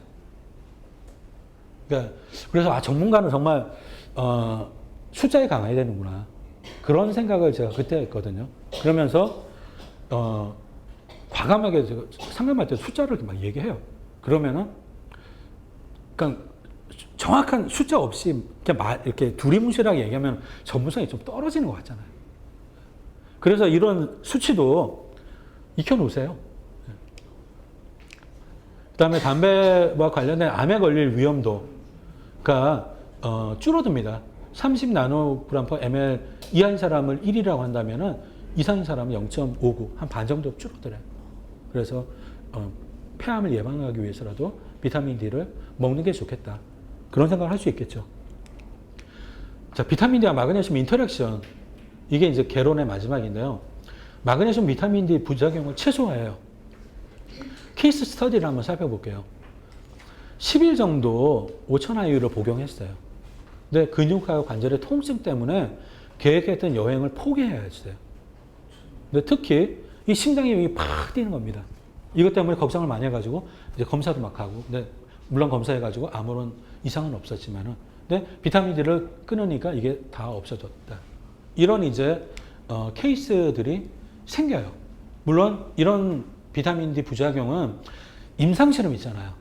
그러니까 병원에서 이렇게 철저하게 관리하는 임상실험에서는 이게 나오지가 않았던 부작용이에요. 보시면은 약 중에서도 이제 임상실험할 때는 안 나왔던 부작용이 나중에 시판되고 나서 나와가지고 뭐 회수되고 그런 일이 많지 않습니까? 비타민 D도 마찬가지예요. 그러니까 임상실험에서는 안 나와요. 거기서는 없었던 그런 부작용이 먹는 사람이 뭐 1억 명, 뭐 2억 명 이렇게 되니까 조금씩 안 나올 수가 없을 거 아닙니까? 밥만 먹어도 사실 부작용이 나오는데. 그 중에 하나가 이제 뭐 이런 거예요. 이런 거. 대부분의 비타민 D 비타민 D 그 부작용은 뭐냐면은 마그네슘 부족증입니다. 제가 봤을 때는 마그네슘이 부족한 사람이 혹은 마그네슘 부족이 간당간당한 사람이 되게 많을 거 아니에요. 마그네슘 부족 문제가 얼마나 심각합니까? 그런 사람이 비타민 D를 먹었어요. 그러면은 칼슘 흡수율이 옛날에는 30%였는데 그게 한 50%로 늘었어요. 그러면은 칼슘이 더 많이 들어와가지고 칼마 비율 깨지고 해서 마그네슘 부족증이 더 강하게 나올 수가 있고 없었던 게 드러날 수가 있잖아요. 그렇게 이제 해석을 보통 많이 합니다. 비타민 D 5,000에서 10,000IU 먹고 나서 이런 얘기를 해요. 이런 것도 나중에 환자가 얘기하면은 참 그런 게 있나 하고 자료를 찾아볼 수 있는 그런 자료가 있으면 좋겠죠. 여기 책에 이렇게 한번 그때마다 이렇게 한번 보세요. 밥맛이 없고 변비가 있고 어지럽고 약간 구역이 나고 본, 머슬, 조인트 페인이 있고 두통, 심장세동, 불면, 알전불전 못하고 근육에 지가 나고 불안하고 다 마그네슘 부족 증상입니다. 이런 사람이 오면은 마그네슘을 먹여야 되는 거예요. 마그네슘을 팔아서 내보내야 되는 겁니다. 원래는 마그네슘 부족한 사람한테 나오니까 마그네슘 부족증이 있나 없나 섬세하게 살펴볼 수 있으면 살펴보는 게 좋은데 불가능할 거라고 생각을 하고요. 마그네슘 보충제를 같이 먹이는 게 좋고요. 아니면은 마그네슘이 많이 들어가는 음식, 제가 가장 좋아하는 마그네슘이 많이 들어가는 음식은 바나나예요. 바나나가 가장 좋습니다. 요모조모 다 살펴봐도 너무너무 마음에 들어요. 그래서 바나나라 하루에 한 3개에서 5개 정도 이렇게 먹으면 참 좋죠. 저 약국에는 바나나가 끊이지가 않는데 제가 바나나는 항상 이렇게 사놔요. 그래서 오며 가면 다 먹게 해요. 저희 직원들도. 저도 먹고. 바나나 먹으면 되게 건강해져요. 자, 현대인들의 이런 문제들이 되게 많아요. 보온 스퍼라고 뼈가 웃자라는 거예요. 근데 보통 이제 뭉툭하게 자라면 안 아프겠지만 뾰족하게 자라기도 하겠죠. 그러면 되게 아파요. 예를 들어서 관절, 무릎 관절 있잖아요. 그러니까 극도로 아픈 경우는 대부분 보온 스퍼가 있는 경우예요. 관절염 중에. 그러니까 그 엑스레이 찍어보면은 뼈하고 뼈 사이에 거리가 나오잖아요. 근데 거리가 진짜 완전 붙어 있어요. 그러면 아프겠죠. 근데 거리는 이렇게 좀 떨어져 있어요. 근데 이상하게 아프다고 해. 그러면은 본스퍼일 가능성이 되게 커요. 이런 게 이제 막 생긴다니까요. 발 뒤꿈치에 본스퍼가 이렇게 생기는 경우 되게 많습니다. 그래서 뒤꿈치가 아프다고 하는 경우 있잖아요. 많은 경우 이것 때문에요. 이게 칼마 비율이 깨지고 마그네슘이 부족해 져서 이런 게 생기는 거거든요. 그리고 신장 결석이 우리나라 갈수록 생기잖아요. 그래서 외국에서는 비타민 D 고함량 제품을 먹고 나서 부작용을 호소하는 경우가 좀 있습니다. 근데 우리나라는 상대적으로는 적겠죠. 그렇지만은 따라가겠죠. 그래서 비타민 D하고 마그네슘 보충제를 같이 먹는 게 좋아요. 그게 베스트입니다. 그래서 제가 건기식을 이제 회사를 시작했는데 그 제품을 만들었어요. 또 판매도 되게 용이하고 되게 효과는 좋습니다. 나중에 저희 회사 홈페이지 와서 주문해 주세요. 비타민 하루에 3알 먹게끔 포맷을 했고 비타민 D가 5,000IU 섭취할 수 있게끔 했고 마그네슘은 제가 용량 덕후거든요. 좀 용량 충분한 용량을 좋아해요. 3알을 먹으면 380 이렇게 먹을 수 있게 했고 그러니까 하루에 2알만 먹어도 뭐 그럭저럭 괜찮겠죠. 그리고 마그네슘 옥사이드하고 마그네슘 락테이트를 적당한 비율로 이렇게 섞었어요. 마그네슘 옥사이드가 뭐 괜찮다고 일단은 논문에 이렇게 많이 나오기도 하지만 안 괜찮다는 논문도 있고 하거든요. 그리고 마그네슘 옥사이드는 확실히 위장장애가 있어요. 그래서 마그네슘 락테이트는 거의 위장장애가 없고 물에 굉장히 잘 녹거든요. 그거는. 그러니까 그냥 물에 떨어뜨리면 그냥 녹는 거예요. 마그네슘 락테이트는. 원래 그 마그네슘 그 가루가 그래요. 그래서 그걸로 만들어서 위장장애 없고 빈속에 먹어도 아무 문제 없어요. 그래서 그 제품이 이제 쓸 때가 많죠. 왜 그 쓸 때가 많냐면은 자 제가 한번 정리를 해본 건데요. 비타민 D하고 마그네슘이 케어하는 질병이 너무 많아요. 자, 한번 읽고만 넘어갈게요. 혈관 탄력성 높이고요. 마그네슘도 그런 효능이 있고요. 비타민 D도 그런 효능이 있어요. 당뇨 효과가 좋고 중성지방 떨어뜨리고 LDL 떨어뜨리고 고혈압에 좋고 컨저스티브 하트 페일리어에 좋고 안지나 여기 아픈 거 있잖아요. 가슴에 아픈 거. 염증 수준 떨어뜨리고 운동 능력을 높여요. 운동선수들 비타민 D, 마그네슘 각각 이거 한 개만 먹어도 힘이 세집니다. 이거 힘이 세져요 정말. 달리기 더 잘하게 되고. 근데 2개 같이 먹으면 얼마나 좋겠어요. 조직 손상 빨리 회복시키고 근육량 늘려주고 근육량 감소 예방 막아주고 뼈를 튼튼하게 하고 에필lep시를 개선해요. 2개가 다. 그래서 에필lep시 있는 사람은 둘 중에 1개라도 꼭 먹여야 됩니다. 1개라도.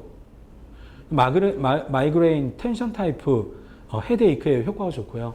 뉴로패식 페인, 그다음에 ADHD, 메모리, 집중력 개선, 알츠하이머, 암, 노화 예방, 건강한 정장을 만들어요. 그래서 임신을 계획하고 있는 남성 먹으면 좋고요. 여자도 마찬가지예요. 임신이 잘 돼요. 먹으면. 그다음에 임신이 마그네슘하고 비타민 D를 고갈시키거든요. 이를 예방하고 이게 임신성 당뇨입니다. GDM, 제스테이셔널 다이베틱 멜리투스.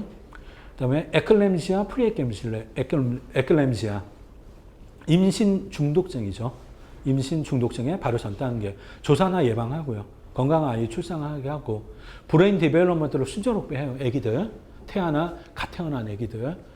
여러 종류의 수면 장애에 대해 각각 너무너무 효과가 좋죠. 비타민 D도 효과가 좋고 마그네슘도 효과가 좋고. 오늘 다 공부를 원래는 하려고 했던 겁니다. 불면증에도 좋고요. 프리멘스트럴 신드롬에도 좋고 생리통에도 비타민 D가 되게 효과가 좋아요. 안 그럴 것 같죠? 임상 데이터가 있는데 임상 데이터가 너무너무 좋아요. 효과가. 알레르기 질환에도 좋고요. 우울증, 앵자이어티, 진통 효과가 있고요. 테스토스테론을 증가시켜요.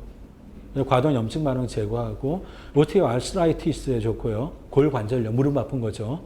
그다음에 당뇨 오래돼가지고 콕콕 쑤시고 하는 거 있잖아요. 뉴로패시, 네프로패시, 단백뇨 나오는 거.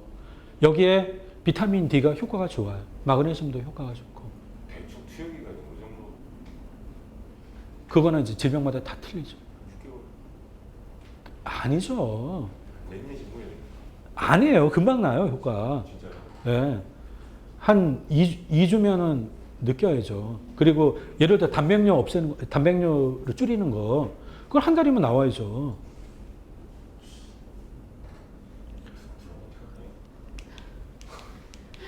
그런 이유 때문에 하여튼 이제 그런 영양제를 만들었고, 외국에서도 그런 영양제가 조금씩 이렇게 나오는 것 같아요. 그래서 제가 보고, 그러니까 일반 약사였을 때 너무 저런 제품을 팔고 싶다. 그런 생각을 많이 했거든요. 왜냐하면 비타민 D하고 마그네슘은 인류가 가장 부족한 넘버1, 넘버2 영양소예요. 그리고 비타민 D하고 마그네슘은 지금 이제 공부하시겠지만 서로 도와가면서 일해요. 마그네슘만 먹는 것보다는 비타민 D를 같이 먹는 게 더 효과가 좋아요. 비타민 D도 마찬가지예요. 비타민 D 먹는 것보다는 마그네슘이랑 같이 먹는 게 더 효과가 좋아요. 그리고 비타민 D의 부작용을 잡아주잖아요. 마그네슘이. 그러니까 이런 이유로 제가 너무너무 좋을 거라고 생각을 했었는데 제가 건식 사업을 하면서 그냥 만들었어요. 자, 케이스 스터디. 자, 여기까지 했고. 마그네슘 비타민 D 코팩터예요. 그래서 비타민 D가 잘 효과를 낼 수 있도록 도와줘요.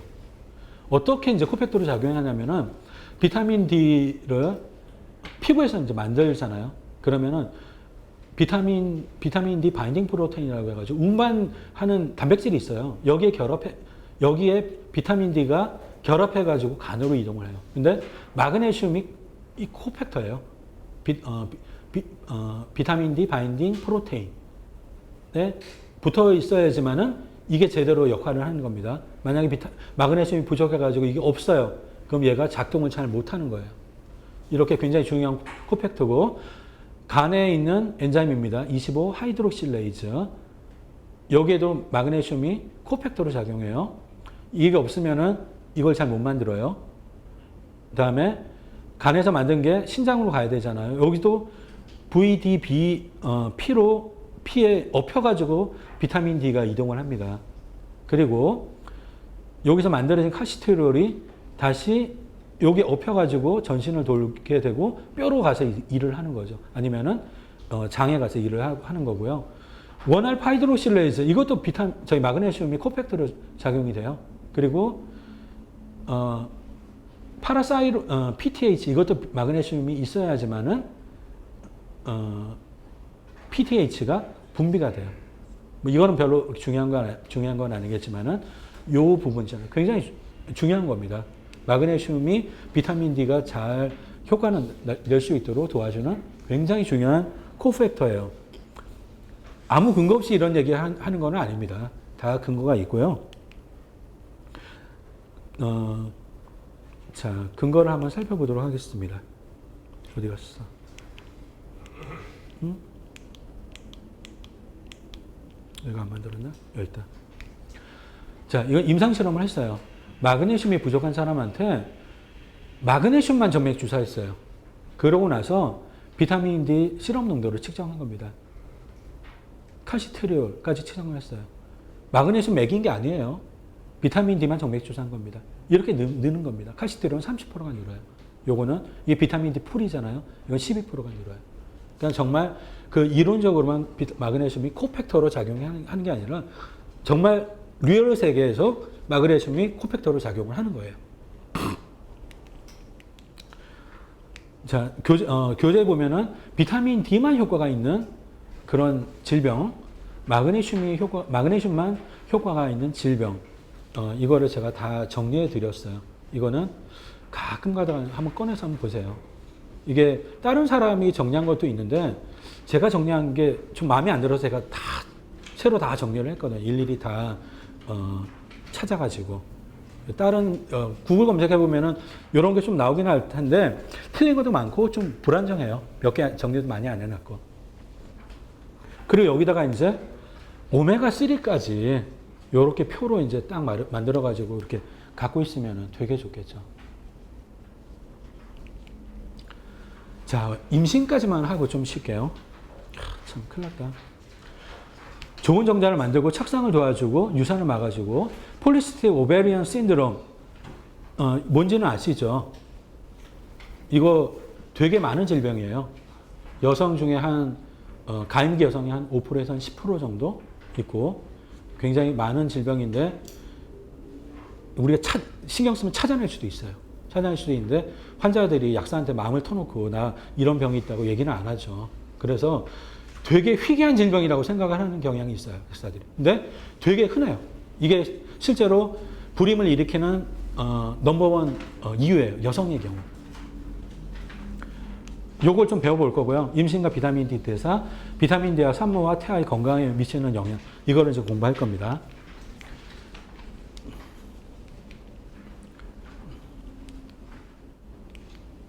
자, 착상부터 공부를 하겠습니다. 착상부터. 그 인공수정 클리닉에서 옛날부터 이제 어떤 얘기를 해왔냐면은 여성의 비타민 D 그 시럽 농도가 높으면 높을수록 성공률이 높다. 이런 이제 눈치 빠른 의사들이 그걸 이제 캐치했어요. 그리고 논문의 형태로 많이 발표를 했고요. 그러니까 이제 인공수정 클리닉이라고 하면은 여러 가지 상황이 있어요. 그러니까 그 난자하고 남편하고 와이프의 난자하고 정자를 이렇게 인공수정해가지고 집어넣는 그런 것도 있고, 그 다음에 난자가 너무 안 좋으면은 대리모한테 이제 난자를 사서, 그러니까 뽑죠. 배에다가 황우석 박사가 옛날에 했잖아요. 여기다가 이렇게 해가지고 난자 뽑아가지고 한 거 있잖아요. 배에다가 집어넣어가지고. 그 난자를 채취해서 난자를 그 수정시켜서 이렇게 집어넣고. 하여튼 여러 상황이 있는데, 그러니까 들어가는 이제, 그러니까 그러니까 임신할 엄마 있잖아요. 이 엄마의 비타민 D 상태가 좋으면은 착상이 되게 잘 된다. 이게 성공률이 10% 20% 이게 엄청나게 큰 차이거든요. 병원에서도 이게 돈이 왔다 갔다 하는 거고, 환자 같은 경우에도 얼마나 고통스럽겠어요. 만약에 자기 배에서 이거 뽑는 경우면은 그 통증이 되게 대단하지 않은가. 성공률을 어떻게 하면 이제 높일 수 있는가. 그다음 성공률을 높일 수 있는 요인은 뭔가 이런 거를 산부인과에서 되게 연구를 많이 한 거예요. 그래서 봤더니 산모의 비타민 D 상태가 되게 중요하다. 이거를 이제 알아냈고요. 어떻게 설명을 했냐면 비타민 D가 좋으면 좋은 난자를 만들 거다. 이렇게 설명을 했고요. 그 다음에 비타민 D가 풍부하면은 착상이 잘 될 거다. 이렇게 이제 여러 가지 방법으로 이렇게 설명을 한 거예요. 근데 지금은 이제 이게 되게 중요하다, 이거. 그게 결론입니다.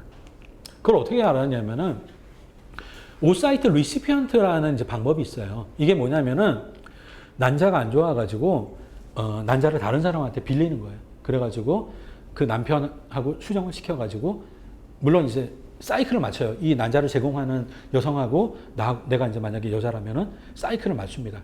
똑같은 그 생리 사이클을 이렇게 하게 맞춰가지고 요때 이제 난자를 뽑아서 이때 이제 이렇게 주입을 하는 거예요. 그래야 이제 사이클이 맞아지게 되는 겁니다. 사이클이 틀리면은 이제 이거 수정을 시킨 걸 집어넣어봤자 아무 소용이 없어요. 성공률 뭐 떨어지는 거죠. 그래서 사이클을 맞춰서 이렇게 하는 건데 했더니 그 산모의 비타민 D 상태가 높으면은 30 이상이면은 한 70%가 성공을 해요. 근데 20 이하면은 30%밖에 성공을 못 하는 거예요. 그래서 이 착상을 잘 하게 해줄 거라고 이렇게 생각을 하고 있고요. 이유는 뭐냐면은 이 착상하러 오는 모룰라, 이게 이제 16개의 셀이 착상을 해요. 그러니까 단세포가 착상을 하는 게 아니에요. 중간에 이제 정자하고 난자하고 만나면은 이제 증식을 이렇게 조금 하고 16개의 세포가 된 상태에서 착상을 하는데 이거를 남이라고 생각을 하면 안 될 거 아니에요. 그러니까 넌셀프라고 생각을 하고 공격을 해버리면 착상이 안 되는 거잖아요. 그걸 용인을 해줘야 되는 거거든요. 그러니까 비타민 D가 그 용인력을 높여준다. 그렇게 이제 지금은 설명합니다. 그리고 거부 반응이 올 때 보면은 THA와 면역 반응이 이제 일어나요. 그래서 비타민 D가 THA와 면역 반응을 억제해 준다. 이렇게 생각하는 겁니다. T 레귤러터리 T셀을 경유해 가지고 당연히 TH1 면역 반응을 억제하겠죠. 자, 유산 볼게요. 임신의 15%는 유산으로 귀결돼요. 그러니까 우리가 생각하는 이산으로 유산율이 굉장히 높은 거고요. 예를 들어서 노산인 경우 있잖아요. 뭐 40살 넘어가면은 이게 훨씬 더 높다고 생각해야 돼요. 50% 이상은 유산된다고 생각을 해야 됩니다. 습관성 유산, 노산의 경우는 임신 유지를 위해서 비타민 D를 보충하는 게 좋아요. 임상 데이터를 볼게요. 보통 의사들이 많이 쓰는 방법이 알파칼시돌, 아니다. 프로제스테론 좌약을 많이 쓰고요. 아스피린, 요것도 써요. 요렇게 같이 먹이는 방법을 많이 씁니다. 이게 이제 표준요법이라고 생각하시면 돼요. 이 표준요법에다가 알파칼시돌 2알입니다. 0.5 마이크로그램이면은 요거 알파칼시돌 팔지는 약국 손 한번 들어보세요. 옛날에는 약국에도 되게 많이 팔았는데 지금은 많이 안 팔죠. 근데 하여튼 임상실험은 그걸로 했어요.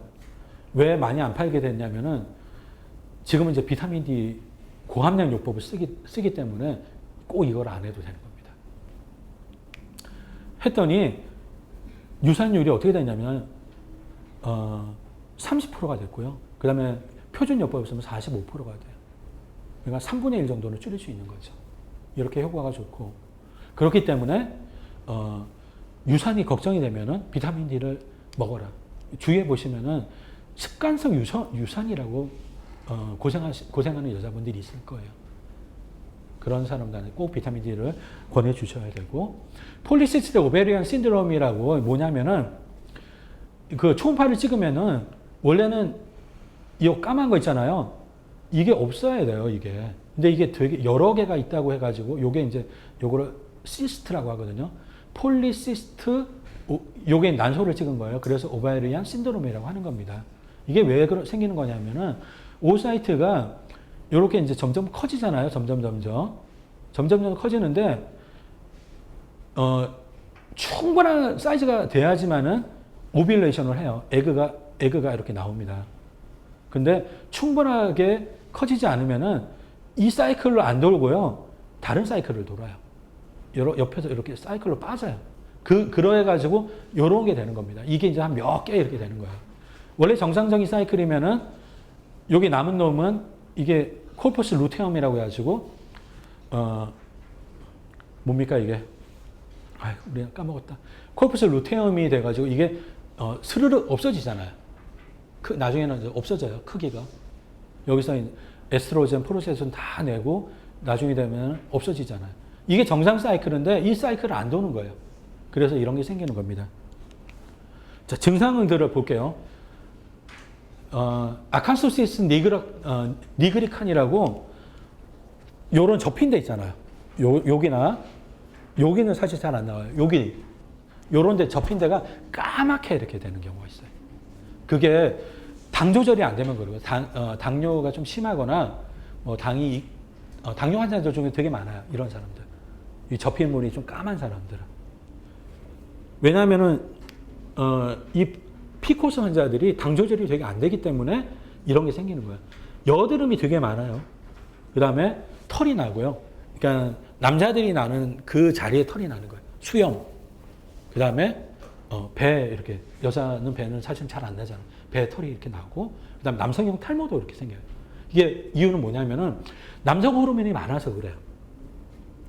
그리고 생리를 어떻게 하냐면은 보통 이제 한 달에 한 번씩 하잖아요. 이 사람들은 3달에 한 번, 4달에 한 번, 아니면 1년에 한 번. 그리고 일부는 초경하고 나서 생리를 한 번도 안 해요. 그런 사람도 있어요. 그리고 이 사람들은 인슐린 저항성이 있고, 그 다음에 조금 뚱뚱한 경우가 많아요. 이게 이제 사실은 전형적인 경우예요. 이렇게 좀 뚱뚱합니다. 이게 전형적인 경우고, 비전형적인 경우도 되게 많아요. 날씬한데, 피코스 환자예요. 그런 경우도 많아요. 가임기 여성의 5에서 10%가 피코스입니다. 그리고 넘버원 불임 원인이에요. 이게 왜 생기느냐면은, 엔테리어 피츄리테리에서 FSH하고 LH를 분비를 해요. 그러면은 LH는 C카셀, 여기 C카셀이에요. 테스토스테론을 만들어요. 요 자극을 받아서. 이 테스토스테론이 옆에 있는 그래뉼라 셀로 넘어가가지고 테스토스테론이 에스트로겐으로 바뀌어요. 요게 이제 난소에서 일어나는 일이에요. 여성이 난소에서. 근데 LH가 되게 많고 FSH가 부족한 사람들이에요. 이 사람들은. 그러니까 요쪽 그래뉼러 셀이 비실비실해요. 그래서 요쪽으로 넘어가는 패스웨이가 차단이 되는 거예요. 그래서 테스토스테론이 원래는 다 일로 가야 되는데 옆방으로 넘어가야 되는데 옆방으로 넘어가지 않고 피로 가는 거예요. 그래서 털이 나고 여드름이 심하고 그러는 겁니다. 남성형 탈모가 있고.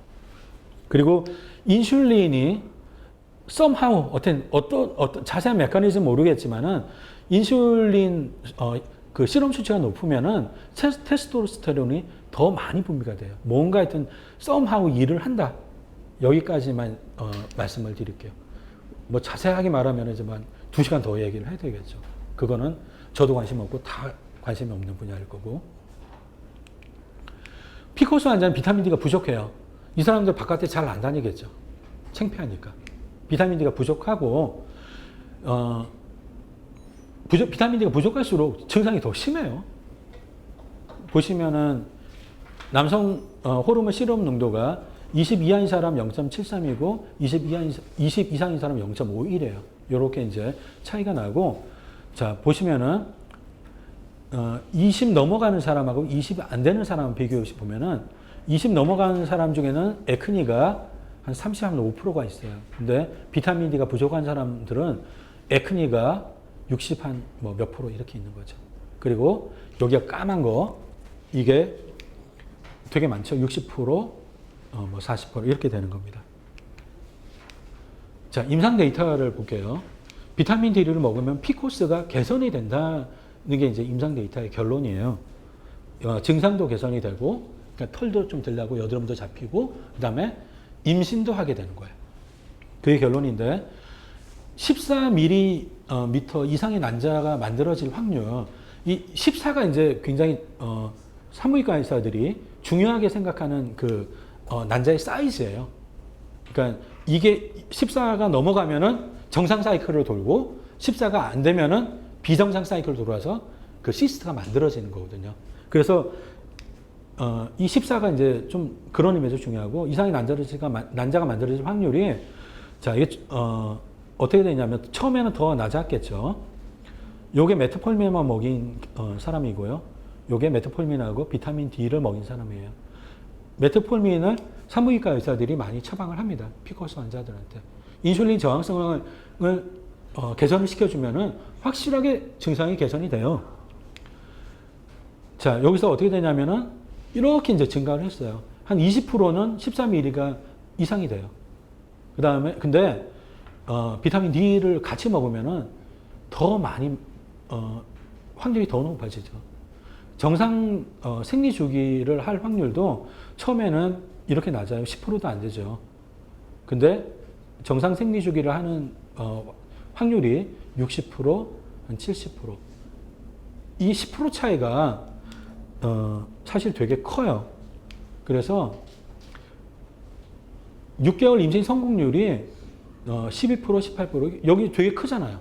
근데 아까 전에 여기 봤을 때는 요거는 그렇게 큰 차이는 아닌 것 같잖아요. 근데 요 큰 차이 때문에 임신 성공률에 굉장히 큰 차이가 생겼어요. 그다음에 임상 데이터를 하나를 볼게요. 요건 비타민 D만 먹인 경우인데요. 일주일에 5만 IU씩 먹였습니다. 8주 동안 먹였더니 생리 주기가 어떻게 되냐면은 그 전에는 80일, 뭐 70일 이런 사람들이 비타민 D를 먹으면은 한 55일 이렇게 돼요. 가짜 약 먹은 그룹은 똑같죠. 생리 주기가 훨씬 당겨지는 거죠. 그럼 비타민 D로 100%는 안 되지만은 100% 이제 케어할 수는 없지만은 피코스 환자들을 케어할 때는 비타민 D가 꼭 들어가야 된다. 그거는 다들 아시겠죠. 자, 임신과 비타민 D 대사를 볼게요. 자, 피 검사를 했어요. 언제 했냐면은 아기 낳고 나서 엄마 피를 뽑고요. 그 다음에 그 콜드 블러드를 뽑아가지고 칼슘, 마그네슘, 포스페이트 그 농도를 측정했습니다. 봤더니 다 아기한테 더 많이 가요. 다 아시겠죠? 다 더 많이 갑니다. 그리고 머터널 블러드의 그 농도는 일반 여성들에 비해서는 낮아요. 좀 낮습니다. 이유는 뭐냐면 혈장이 더 늘어나잖아요. 임신 때는. 언제 그 출산 직후에는 40%까지 혈장이 증가하거든요. 그래서 피가 많이 묽어져요. 그 이유가 하나 있고 25-OH-D3가 소모되는 이제 그런 것도 하나 있습니다. 자, 이번에 비타민 D를 한번 볼게요. 요게 25-OH-D3는 18이고 12예요. 3대 2로 배분이 이렇게 됐죠. 그리고 칼시트리올은 엄마는 되게 많아요. 아기는 그렇게 많지 않죠. 그러니까 이때 이제 역학조사 자들은 어떤 걸 눈치챘냐면은 칼시트리올은 아기한테는 못 넘어간다. 아기는 자기가 필요한 걸 자기가 스스로 만들어야 된다라고 이제 이 옛날에 그런 직관적으로 이렇게 추론을 했어요. 지금은 이제 다 밝혀졌죠, 그런 게. 칼시트리온 반가기가 짧기 때문에 25-OH-D3로부터 지속적으로 이제 공급을 만들어져야 돼요. 높은 요구량을 충족시키기 위해서 엄마 쪽에서 태반에서 칼시트리올을 막 만들어요. 그러니까 원래는 키드니에서만 만들어야 되는데 요구량이 높아서 태반에까지 만드는 겁니다. 태반에서 만들어가지고 엄마 피에다가 부어주는 거예요. 칼시트리올을. 그러면은 칼시트리올이 장에서 칼슘, 마그네슘, 인의 흡수를 촉진을 시켜요. 자, 요게 태반이고요. 태반은 두 부분으로 나눠져 있어요. 엄마 쪽 태반하고 아기 쪽 태반하고 이렇게 나눠집니다. 그러니까 엄마 쪽 태반은 엄마랑 사실은 똑같다고 생각하면 되고 아기 쪽 태반은 아기랑 뭐 똑같다고 생각하면 돼요. 근데 보시면 알겠지만은 25-OH-D3는 아기한테 넘어가요. 그래서 아기가 이걸 가져다가 자기가 필요한 칼시트리올을 만들어 씁니다. 근데 칼시트리올은 태반을 못 넘어가요. 그래서 자기가 만약에 부족하면 엄마한테 받아가지고 쓸 수가 없어요. 죽어난 사람은 자기가 만들어 써야 되는 겁니다. 그러니까 이런 우리 몸은 이렇게 돼 있어요. 자, 요 역학조사는 좀 잘 보시면 좋은데요. 칼시트리올 시럼 농도를 측정을 했어요. 임신 전에 임신 1기, 2기, 3기 그 다음에 그 모유 수유할 때 보면은 칼시트리올 시럼 농도가 얼마까지 증가하냐면은 80까지 증가하죠. 80 피코그램. 어떤 역학조사 보면은 뭐 한 120 이렇게 그 전에보다 3배까지 이렇게 증가하는 그런 역학조사도 있어요. 그러니까 임신 시에는 칼시트리올이 2배, 3배 이렇게 증가한다. 그래서 칼슘 소장을 통해서 칼슘이 많이 흡수가 돼요. 이게 Y축은 뭐냐면은 칼슘 그 흡수율이에요. 30% 정도 흡수를 하는데 임신 3기 때는 50% 이상을 흡수해요. 흡수율이 한 70%, 80% 더 증가를 하는 거죠. 그러니까 임신 때는 이런 일이 생기는 겁니다. 자, 임신 말기에 칼슘 핸들링 이런 것도 다 자세하게 공부를 하면 좋은데요. 요 빨간색 요거는 임신 때의 변화예요. 나머지는 일반적으로 이제 평상시에 칼슘을 이렇게 핸들링 하는 거거든요. 근데 임신 때는 장에서 더 많이 흡수를 하고요. 그리고 소변을 통해서 더 많이 배출을 해요. 요거는 GFR이 증가되기 때문에 호르몬 때문에 GFR이 증가하거든요. 그래서 그 임신 때 이제 소변을 좀 자주 보고 소변량이 좀 많아지고 하는 거는 이래서 그런 겁니다. 근데 GFR이 증가하기 때문에 신장을 통해서 조금 배설을 해요. 여기서는 이만큼 증가를 시켰다면은 조금 배설을 하고요. 그 다음에 태아한테 줘요. 태아한테 하루에 250mg씩 줍니다. 그러니까 그 임신 3기 막바지 때는. 그리고 만약에 비타민 D가 부족하면은 뼈에서까지 뽑아내가지고 써요. 어쩔 수가 없으니까. 비타민 D가 부족하면은 그런 일이 생깁니다. 근데 비타민 D가 충분하면은 여기서 안 뽑았어요. 그래서 임신 때, 그 다음에 수유 때 비타민 D를 먹어줘야 되는 이유 중에 하나가 뭐냐면은 자기 뼈를 지키기 위해서. 비타민 D 상태가 개판이면은 어느 정도로 이제 그 골밀도가 떨어지냐면은 임신 때 한 4%까지 골밀도가 떨어지고요. 그 다음에 수육이 6달밖에 안 되잖아요. 이때 뭐 5%까지 떨어져요. 골밀도가. 원래는 1년에 여자가 0.5%가 골밀도가 감소하잖아요. 일반적인 시기에. 6달이면 0.25가 감소해야 되는데 5%까지 이렇게 떨어진다 그러니까.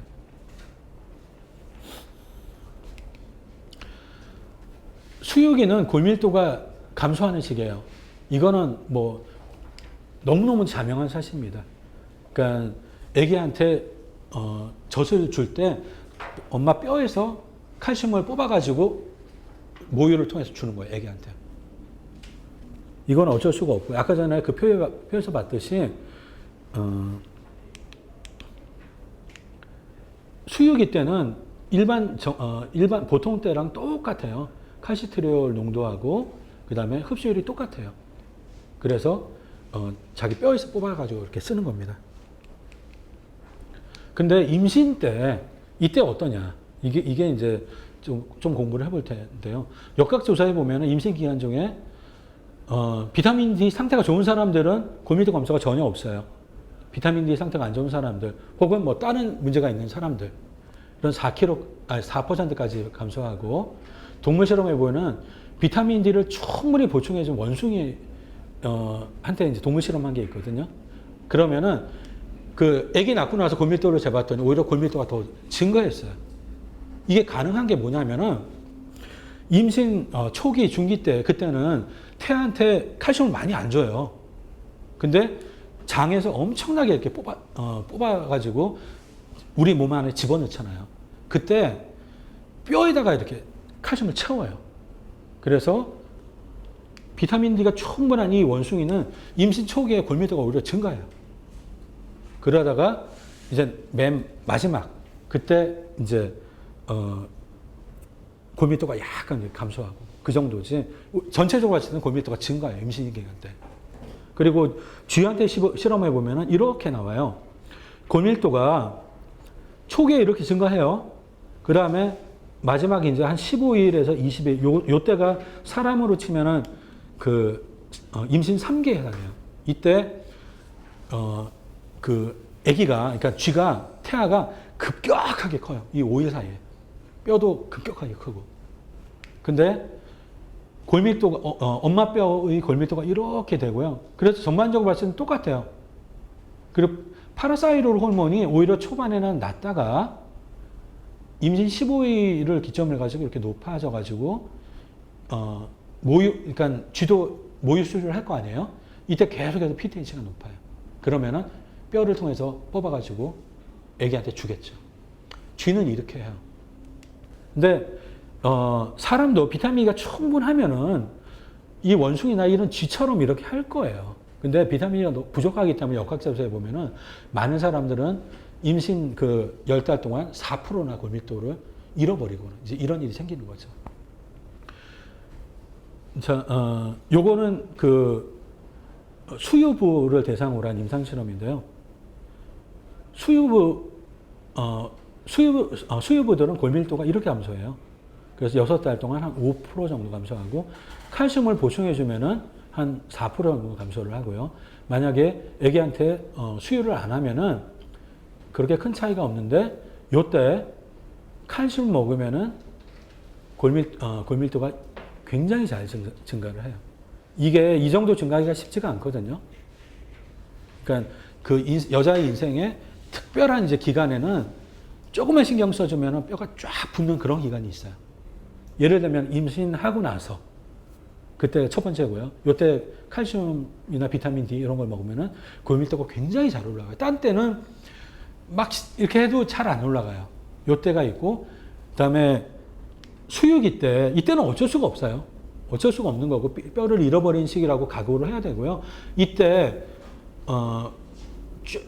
모유수를 끊으면 쫙 올라갑니다. 근데 쫙 올라가도 이 정도까지밖에 안 올라가겠죠. 근데 요때 칼슘이랑 비타민 D, 뭐 마그네슘 이런 뼈 영양제를 먹으면은 쫙 급격하게 올라가요.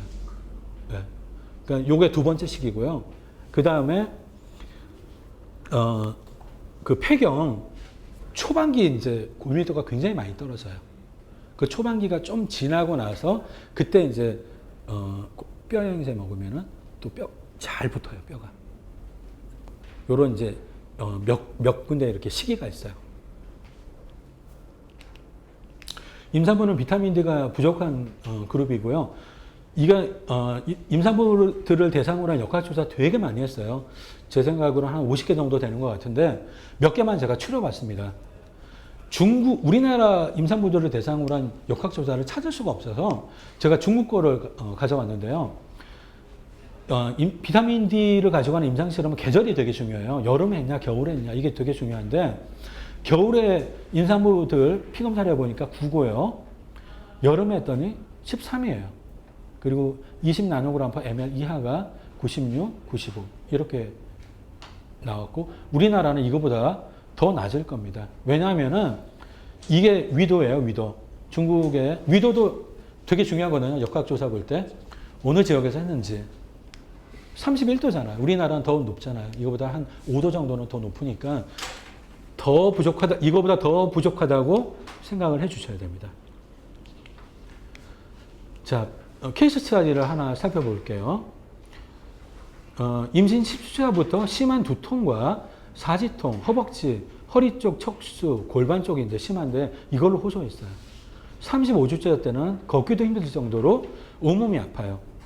제가 말씀드린 그 와들링 게이트라고 하는 거, 그거를 이제 보이는 거예요. 그 뼈 여러 군데 가는 실금이 확인됐고, 비타민 D하고 칼슘 보충해주면은 증상이 개선되고 실금도 다 이렇게 사라집니다. 임신 때 비타민 D가 더 부족해지기 때문에 이런 일이 생겨요. 산모의 건강에 또 어떤 좋은 영향을 미쳤냐면은 에클램지아하고 프리에클램지아, 그다음에 임신성 당뇨를 예방을 해요. 보시면은 요거는 임상 데이터인데요. 임신성 당뇨는 400IU를 먹은 그룹에서는 한 7% 정도가 임신성 당뇨가 나왔어요. 근데 비타민 D를 먹으면은 이게 많이 예방이 되죠. 4000IU를 먹으면은 한 2%, 3%밖에 안 하는 것 같아요. 엄청나게 잘 예방을 하죠. 그리고 임신성 당뇨가 왔다 하면은 일부 미국 산부인과들이 쓰는 방법은 비타민 D 주사 놔줘요. 근육 주사 놔주고 한 방 먹이고 열흘 있다가 한 방 먹이고. 아까 전에 케이스 스터디 할 때 그런 거 보셨죠? 열흘 간격으로 한 방씩 먹이는 거. 그렇게 하면은 임신성 당뇨가 싹 가라앉아요. 그러니까 직접적인 치료 효과도 있습니다. 비타민 D는. 그리고 에클램지아하고 프리에클램지아, 이것도 굉장히 많이 예방하죠. 농도 의존적으로 예방을 합니다. 그리고 임신을 아주 전과적으로 순조롭게 해가지고 C섹션, 배를 가르는 수술을 많이 안 해요. 이쪽으로 농도 의존적으로 감소를 하죠. 비타민 D가 이런 좋은 영향을 미치는 거고요. 이것들 하나하나가 이게 보통 질병들이 아닌 거예요, 사실은. 그러니까 에클램지아 오면은 바로 아기가 나오는 거잖아요. 네, 바로 그냥 수술 들어가야 되는 겁니다. 에클램지아. 그러면은 조산화가 되는 거잖아요. 그리고 이 임신성 당뇨가 더 심해지면은 이게 골반을 통해서 아기 머리가 안 나와요. 아기 머리가 커져가지고. 그래서 옛날에는 임신성 당뇨 때문에, 그러니까 물론 심한 임신성 당뇨겠지만은 많이 죽었잖아요. 조선시대, 고려시대 때. 이게 하나같이 보통 이제 문제들이 아니고, 에클램지아, 프리에클램지아, 임신성 당뇨, 이거는 마찬가지로 이게 낙인을 찍어요. 누가 와서, 악마가 와서, 요때. 그래서 나중에 이제 만 3년이나 10년이 있다가 당뇨로 데려가요. 그리고 심혈관계가 굉장히 안 좋아요, 이 사람들은. 물론 당장 이제 임신하면은 당뇨도 개선돼요. 이건 임신 때 이제 당뇨로 막 고생을 하다가 아기를 낳으면 호전되지만 다시 이제 낙인을 도장 찍어놨던 거를 이제 나중에 이제 데려가는 겁니다. 그러니까 보통 이제 문제가 아니고요. 그래서 비타민 D, 마그네슘 요거 2개 먹여주면 좋고, 그다음에 칼슘도 같이 먹으면 뭐 좋아요. 임신 때. 저체중아와 조산화, 출산을 예방해요. 프리텀 버스는 보통 기준을 임신 37주를 기준으로 해요. 기준으로 하는데 이게 역학조사가 아니에요. 이게 딱 그래프를 보면 역학조사한 것 같지만은 사실은 임상 데이터 2개를 합친 겁니다. 비타민 D를 2000IU하고 4,000IU하고 2,000IU 이렇게 이제 먹인 두 개의 임상 실험은 임상 데이터를 정리를 하는 거예요. 그 X축은 뭘로 정리했냐면은 비타민들을 먹여가지고 생기는 실험의 그 결과 수치 그걸 X축으로 놓고요. 그 다음에 프리텀 버스가 생길 확률 이렇게 Y축으로 놓은 거예요. 20 나노그램 이건 주로 그 가짜 약을 먹은 그룹이 많겠죠. 20 나노그램 20 이하에서는 한 17 이렇게 되는데 40 이상에서는 한 7% 이렇게 됩니다. 뭐 프리텀 버스를 굉장히 잘 낮추고요. 그다음에 박테리얼 바조노시스 이거를 치료를 해요. 뉴젠트 스코어라고 박테리아 바조노시스 어떻게 검사를 하냐면은 그러니까 좀 채취를 해가지고 현미경에서 검사를 해요. 이게 이제 다 꼼꼼하게 어떻게 검사를 하는지 다 정해져 있어요. 현미경은 어떤 현미경을 쓰고 뭐 이런 게 다 정해져 있는데 여기 눈을 딱 봤을 때 락토바실루스가 뭐 30개가 넘어간다 하면은 4점을 줘요.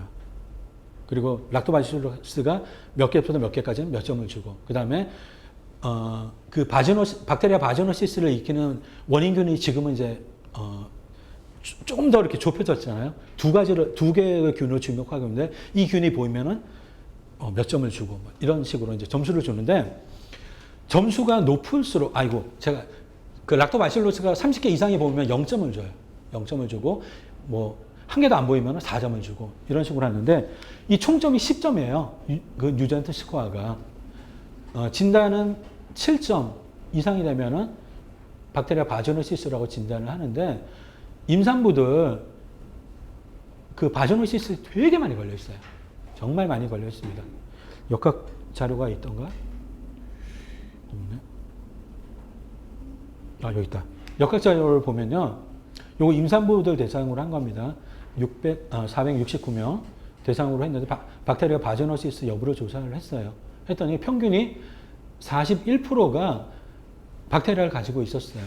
이거 사실은 되게 위험한 겁니다. 그래서 임신 때 증상이 있으면 당연히 항생제 치료를 하겠지만은 증상이 없어도 항생제 치료를 하는 게 원칙이에요. 바지노시스는. 왜냐하면 임신에 되게 안 좋은 영향을 미치기 때문에. 어떤 영향을 미치냐면은 위로 이렇게 올라와요. 올라와가지고 양수를 터트려요. 그런 문제 때문에. 그래서 조산화가 나오기도 하고 막 그러기 때문에 치료를 하는 게 원칙이죠. 근데 이 역학자를 보면은 비타민 D가 풍부한 사람은 바지노시스가 별로 없잖아요. 비타민 D가 부족한 사람은 한 55% 이렇게 바지노시스가 있는데 이런 역학조사를 봐도 첫째 이제 결론이 뭐냐면은 임산부들한테 되게 많다가 첫 번째 결론이고 두 번째 결론은 비타민 D가 부족한 사람 중에 특별히 더 많다. 이게 이제 두 번째 결론이에요. 이건 꼭 임산부를 대상으로 한 임상실험은 아니에요. 일반인은 대상으로 한 건데요. 2,000IU로 먹였어요. 먹였더니 처음에는 여기서 시작을 했는데 105일 후에 뉴젠트 스코어가 이렇게 줄어들었고요. 대부분 다 회복이 된 겁니다. 다 치료가 된 거고요. 그 다음에 가짜 약을 먹은 그룹은 거의 치료가 잘 안 됐죠. 비타민 D가 박테리아 바조노시스를 잘 치료해요. 그래서 임산부 대상으로 비타민 D를 먹으라고 권장을 해야 되는 겁니다. 조산의 50% 정도 있잖아요. 이게 그 박테리아가 위쪽으로 올라와서 자국을 수축을 시키기도 해요. 거기서 프로스타글란딘 이런 거를 만들어내고 그 다음에 양수를 그 터트리는 엔자임 이거를 분비를 해요. 프로테이즈 뭐 이런 것들 분비하기 때문에 양수가 터지기도 하고 그렇기 때문에 꼭 임신 때는 치료를 하는 거죠. 클린다마이신하고 메트로니다졸 이걸 치료를 하고 오히려 비임신 기간보다 임신 시 때 더 발병률이 높아요. 왜냐하면은 임산부들이 면역력이 좀 약해요. 전반적으로 병이 잘 걸려요. 그러니까 모든 감염 그러니까 감염 뭐 박테리아도 있고 바이러스도 있고 펀자이도 있고 이렇게 있잖아요. 이게 보면은 임산부들이 확실히 잘 걸려요. 뭐든지. 그래서 면역력이 약하다라고 얘기를 하는 겁니다. 임산부들은. 뉴본 헬스, 아기들한테 어떤 좋은 영향을 미치냐면요. 잔병 치레가 없는 튼튼한 아이를 낳아요. 여기 보면은 RSV 요게 Respiratory Syncytial Virus 요게 이제 굉장히 중요한 그 감기 바이러스예요. 이 바이러스의 감염률을 감염률을 보면은 역학조사인데요. 20 나노그램 이하 요거는 이제 콜드블러드에서 측정한 겁니다. 봤더니 한 6% 이렇게 아니다. 요거를 1이라고 했을 때 위험도를 1이라고 했을 때 요 애기들은 한 6.5 정도 이렇게 되는 겁니다. 위험도가 6배 더 높은 거예요. 그리고 모든 종류의 그 감염 이게 어떻게 되냐면은 콜드블러드에서 이렇게 뽑아가지고 석 달 동안 그 추적 조사를 한 건데 요 역학 조사는 요 애기들을 1이라고 한다면 위험도를 요 애기들은 위험도가 거의 한 1.8 이렇게 되는 겁니다. 튼튼한 아기를 낳는 거예요. 엄마 그 비타민 상태가 양호하면은 그다음에 엄마가 그 비타민 D 상태가 양호하면은 아기의 뼈도 튼튼해져요. 요거는 역학 조사인데요. 우리나라에서 한 겁니다. 되게 오래전에 한 거예요, 이게. TBBMC가 뭐냐면 Total Body Bone Mineral Content거든요. 그러니까 아기가 가지고 있는 총뼈. 그러니까 어른들은 뭐 골밀도 뭐 이런 거 가지고 이제 하겠지만은 아기들은 그냥 너는 뼈가 몇 그램 있냐 뭐 이렇게 이제 측정하면 편하잖아요. TBBMC는 겨울에 태어난 아기들은 86.7이고 여름에 태어난 아기는 93.9예요. 약 한 5g 정도 차이가 나요. 이게 차이가 나고 그다음에 제대열의 비타민 D 농도 보시면은 4.28 그다음에 여름에는 12 나노그램 per ml. 이게 지금부터 한 15년 전에 한 역학조사잖아요. 17년, 18년 됐겠네요. 그러면은 여기서 이때보다 더 비타민 D 상태가 좋아졌을까요? 그렇지 않잖아요. 그럼 여기서 더 빼야 되겠죠. 얼마를 빼야 될지 모르겠지만은 뭐 한 2, 3, 4 뭐 이렇게 빼는 건 아주 합리적인 거라고요. 그러니까 그만큼 지금 아기들 비타민 D 상태가 안 좋은 겁니다. 알레르기 이제 질환도 예방을 해요. 비타민 D가. 역학조사 결과만 있어요. 보시면은 제대열의 비타민 D 시럽 농도가 30 이상이었을 때 아토피가 있을 위험도를 1이라고 했을 때 20 나노그램 이하이면 2.7이에요. 그러니까 엄마가 비타민 D를 먹어가지고 이제 해줘야 되겠죠. 그러니까 에피지네틱 레귤레이터로 비타민 D가 작용을 한다는 건데 에피지네틱 레귤레이터는 뭐냐면은 그 염기 배열 순서를 바꾸지는 않아요. 그렇지만은 꼭 그걸로만 애기나 뭐 그 사람이 결정되는 게 아니잖아요. 염기 배열 순서가 완전히 똑같은 그 쌍둥이도 어떤 놈은 자가 면역 질환이 있고 어떤 놈은 자가 면역 질환이 아니고 이렇게 차이가 나는데 이제 그 유전적인 염기 배열 그 순서는 영향을 못 미치지만은 DNA에 영향을 그래도 미칠 수가 있다고요. 그러니까 하여튼 이제 그렇게 미칠 수가 있어가지고 애기의 체질을 바꿔요.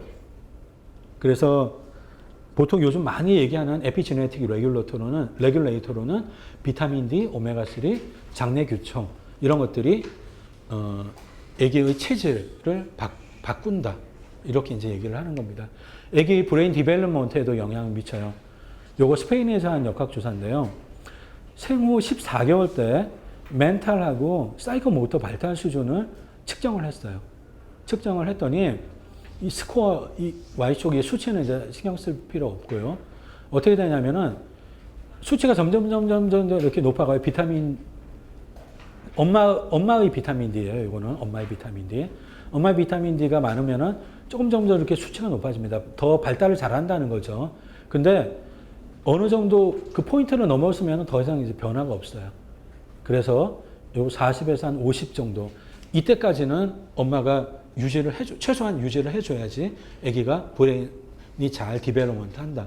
이렇게 이제 얘기를 하는 겁니다. 자, 여기까지 하고 좀 쉬죠.